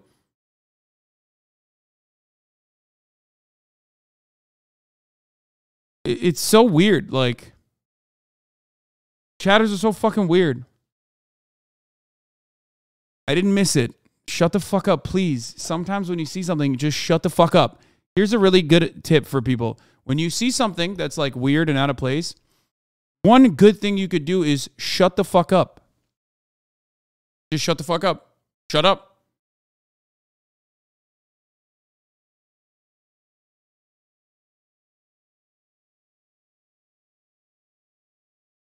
To be around friends and then have to deal with this tragedy. We have to come together. We have to address gun violence, and we have to address mental illness and make it safe for the ones that we love the most and are most vulnerable, which are our kids. Yeah, we keep saying that message, and this keeps happening. You said you talked to Audrey Hale's parents. What did they say? So it's really hard for them emotionally right now. Our detectives have talked to them, and we're just combing through trying to find out what was going on. It was just really emotional because they lost a child during all of this as well. And so it's very traumatic for them, too. Wow. Chief John Drake, thank you for joining us. Joining us now, Nashville Mayor John Cooper. Mayor Cooper, we're glad to see you this morning. Our deepest sympathies go out to your community today. I cannot even fathom what the last 24 hours have been like for you and those in your community. Can you tell us what you've learned about the victims and the shooting itself? Well, I think a lot of police work going on today, a lot of video footage. Just a big shout out to our first responders. I think you saw what they were dealing with, which was a prepared shooter with lots of ammunition who was clearly shooting at them as they were coming in. As to motive and to the other aspects of the case, I suspect today there'll be a lot of reveal to it. The chief mentioned a manifesto that the shooter had written and is in their possession, and I think maybe that'll be the next step, is the police department talking about this manifesto. By the way,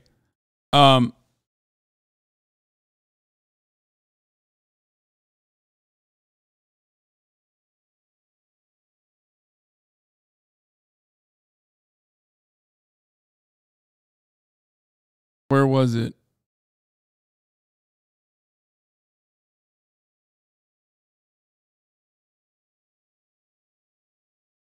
Hold on. Fuck. Fire alarm is going out. Hold on. I have to deal with this real quick. Sorry. More facts on the way today. Sure. Mayor, you talked very directly about guns and gun violence. This shooter was armed with 2 assault weapons and a pistol. And you were saying that the leading cause of death for children is guns and gunfire. It's not car accidents, and you called it unacceptable. And what struck me is at the very top of our broadcast, we said that so far there have been 13 school shootings this year. That's 1 per week. It almost makes you think that it is acceptable on some level. Well, and it isn't. I think this is the frustration by every city in the country, how this could keep happening in this volume. In Tennessee, guns are essentially ubiquitous, and when guns and mental health issues come into contact with each other, you have big problems like we saw yesterday. And what is our worst day? Nashville's had challenges before. We've had tornadoes and floods. But when school children are attacked in their school, that's your worst day. There was a photograph that is getting a lot of attention, and it's been circulating. It's a picture of Congressman Andy Ogles, who happens to represent the district in which the shooting happened. It looks like a family Christmas card, and in it, the family is, I don't know if you can see in that image, but they're all holding. It's fine. Big, It's fine. what It's appear to be nothing. some assault weapons.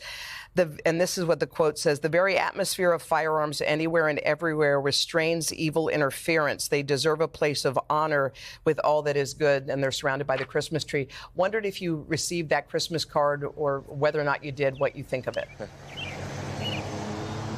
Well, I'm not on his Christmas card list, and I don't think it's appropriate. Yeah, we're not gonna fix it. Is the Tennessee representative? I already covered it earlier.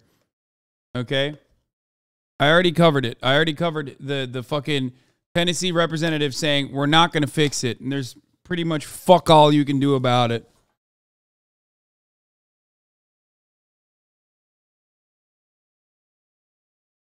I love that people still say the problem isn't guns, by the way. There's still people in the chat saying the problem isn't guns. Yeah, totally, dude. No, you're right. Like, no, definitely.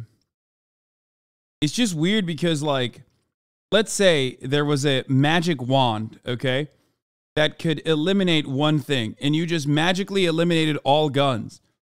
You would also happen to magically eliminate all gun violence. So, yes, guns absolutely are a fucking factor.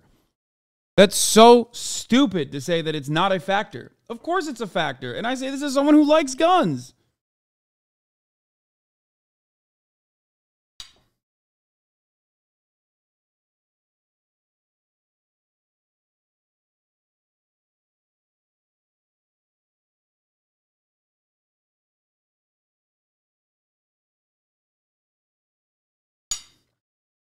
The issue is more complicated than that. But guns absolutely are a factor, and anyone who tells you that that's not the case is fucking insane.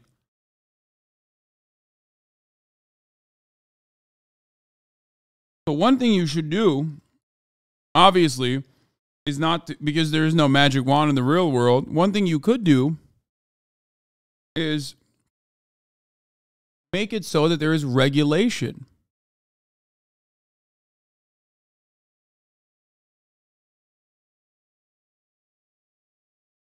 Appropriate, and I think the whole country can look at it and shudder a little bit and realize how inappropriate it is. Guns lead to tragedies, and whatever your political feelings are, we should not be celebrating the cult of the gun. And country needs to pick itself up and say no to an assault weapons lobby that, again, is making it too available and too convenient and too first of mind for people to go out and commit terrible acts. Mayor, you know, you're just talking about that, like what can be done, and everyone keeps saying, well, they don't do anything in Washington. After Sandy Hook in 2012, Connecticut did something. They instituted universal background checks. They expanded the state's assault weapons ban, and they outlawed new high-capacity magazines. And here's what happened as a result of that. From 2014 to 2021, Connecticut saw a 41% reduction in homicides. In 2020, Connecticut had the 6th lowest gun death rate among all 50 states. There are some things that can be done, it sounds like, if this is an example at the state level. Is that something you could see happening in Tennessee? Nope. Well, I think it would be very challenging for Tennessee, but I think it needs to be brought up. And I think people need to understand that common sense reforms, which are not really onerous on gun ownership. Tennessee will ban the existence of trans people from public places before they ban guns. This is not happening. Does make a big difference. And gun safety and common sense regulations to kind of separate mental health challenges away from active gun ownership seem imperative. This is not, I mean, we used to do this a few years ago. What's happened is we've rolled back any common sense kind of understandings about how. Yeah, Tennessee would literally ban kids in public spaces before they banned guns.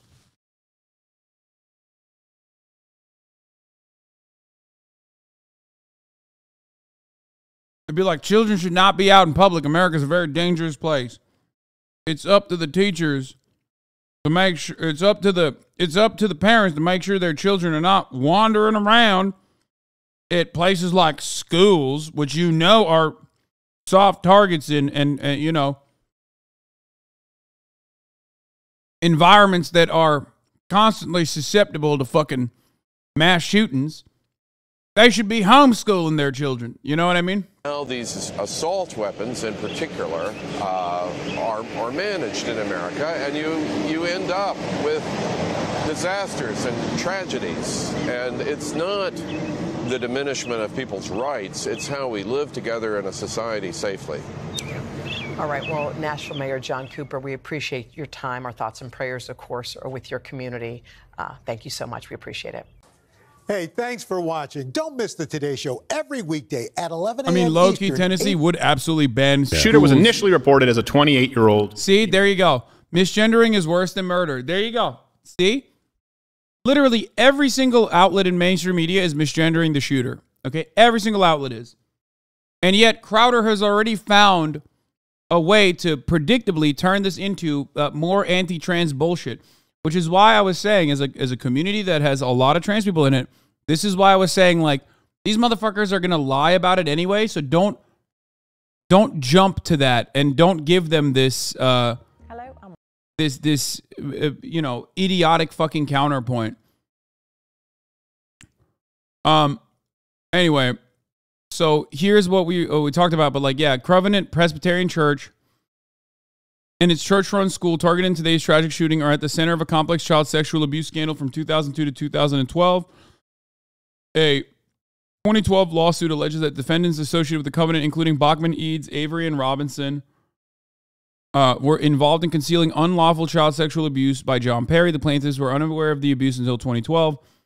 I don't know if this has anything to do with the shooting, by the way. I'm just saying that this is like an ongoing issue. And until we get more evidence as to what the shooter's motivations were and what the shooter's background was, we will not know anything. But this arrangement allowed the church to remove children from their homes and place them under Perry's care, raising serious concerns about the safety and protection of these vulnerable children in the hands of a confessed child molester. In 2009, families sought help from attorney Larry Crane after being silenced for raising concerns about children's safety.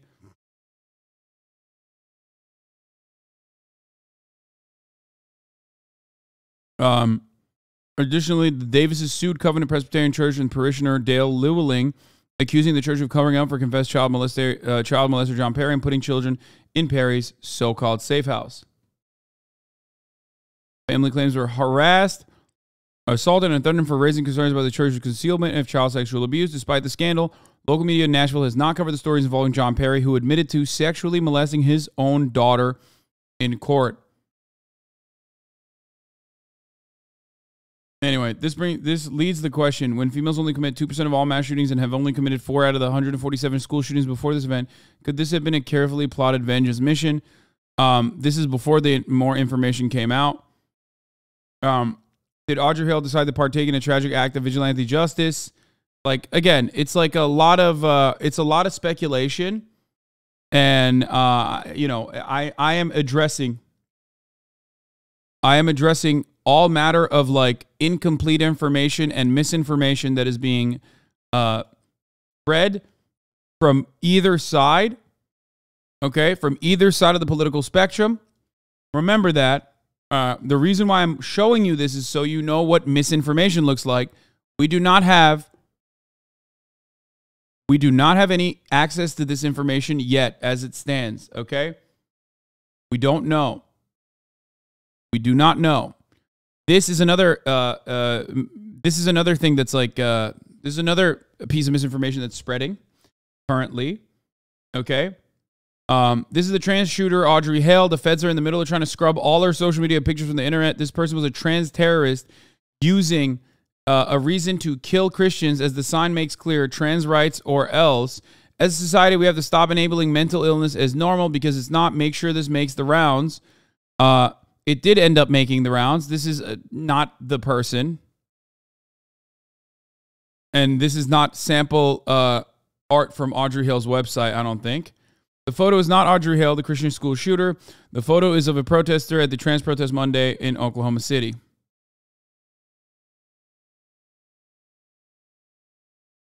Why the fuck would the feds care? Law is a good question. They don't.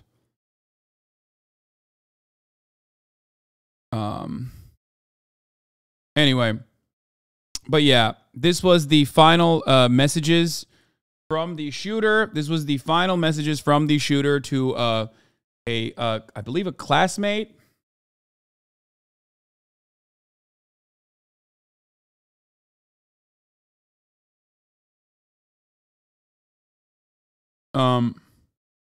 This is my last goodbye. I love you. See you again in another life. Audrey, in parentheses, Aiden.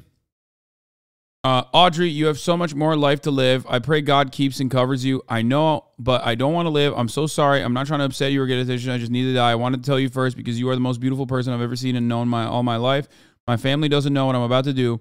One day this will make more sense. I've left more than enough evidence behind, but something bad is about to happen.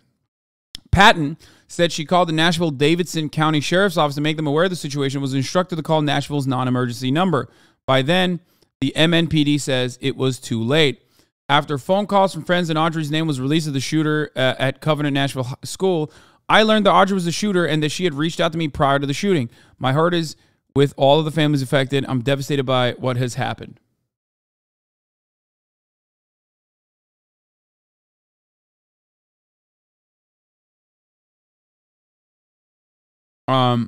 So there is that as well. The shooter had actually reached out to someone before committing this atrocious act of violence. Here's Eli Ehrlich, says, over the past 5 years, only 3 of the estimated 2,840 mass shooters were trans. Trans people are at 1 to 2% of the general population, but only 0.04% of mass shooters. 98% are cis men. I realize the right doesn't care about statistics, but at least we can show how ridiculous they sound. How much hormones like testosterone and medication for mental illness with a transgender Nashville shooter taking? Everyone can stop blaming guns now, says Representative Marjorie Taylor Greene, who looks like she takes, probably some level. Like, she looks like she takes Anavar. Like, it's weird that she literally is like a CrossFit weirdo who definitely is cycled at least at some point in her fucking life, talking shit about people taking hormones.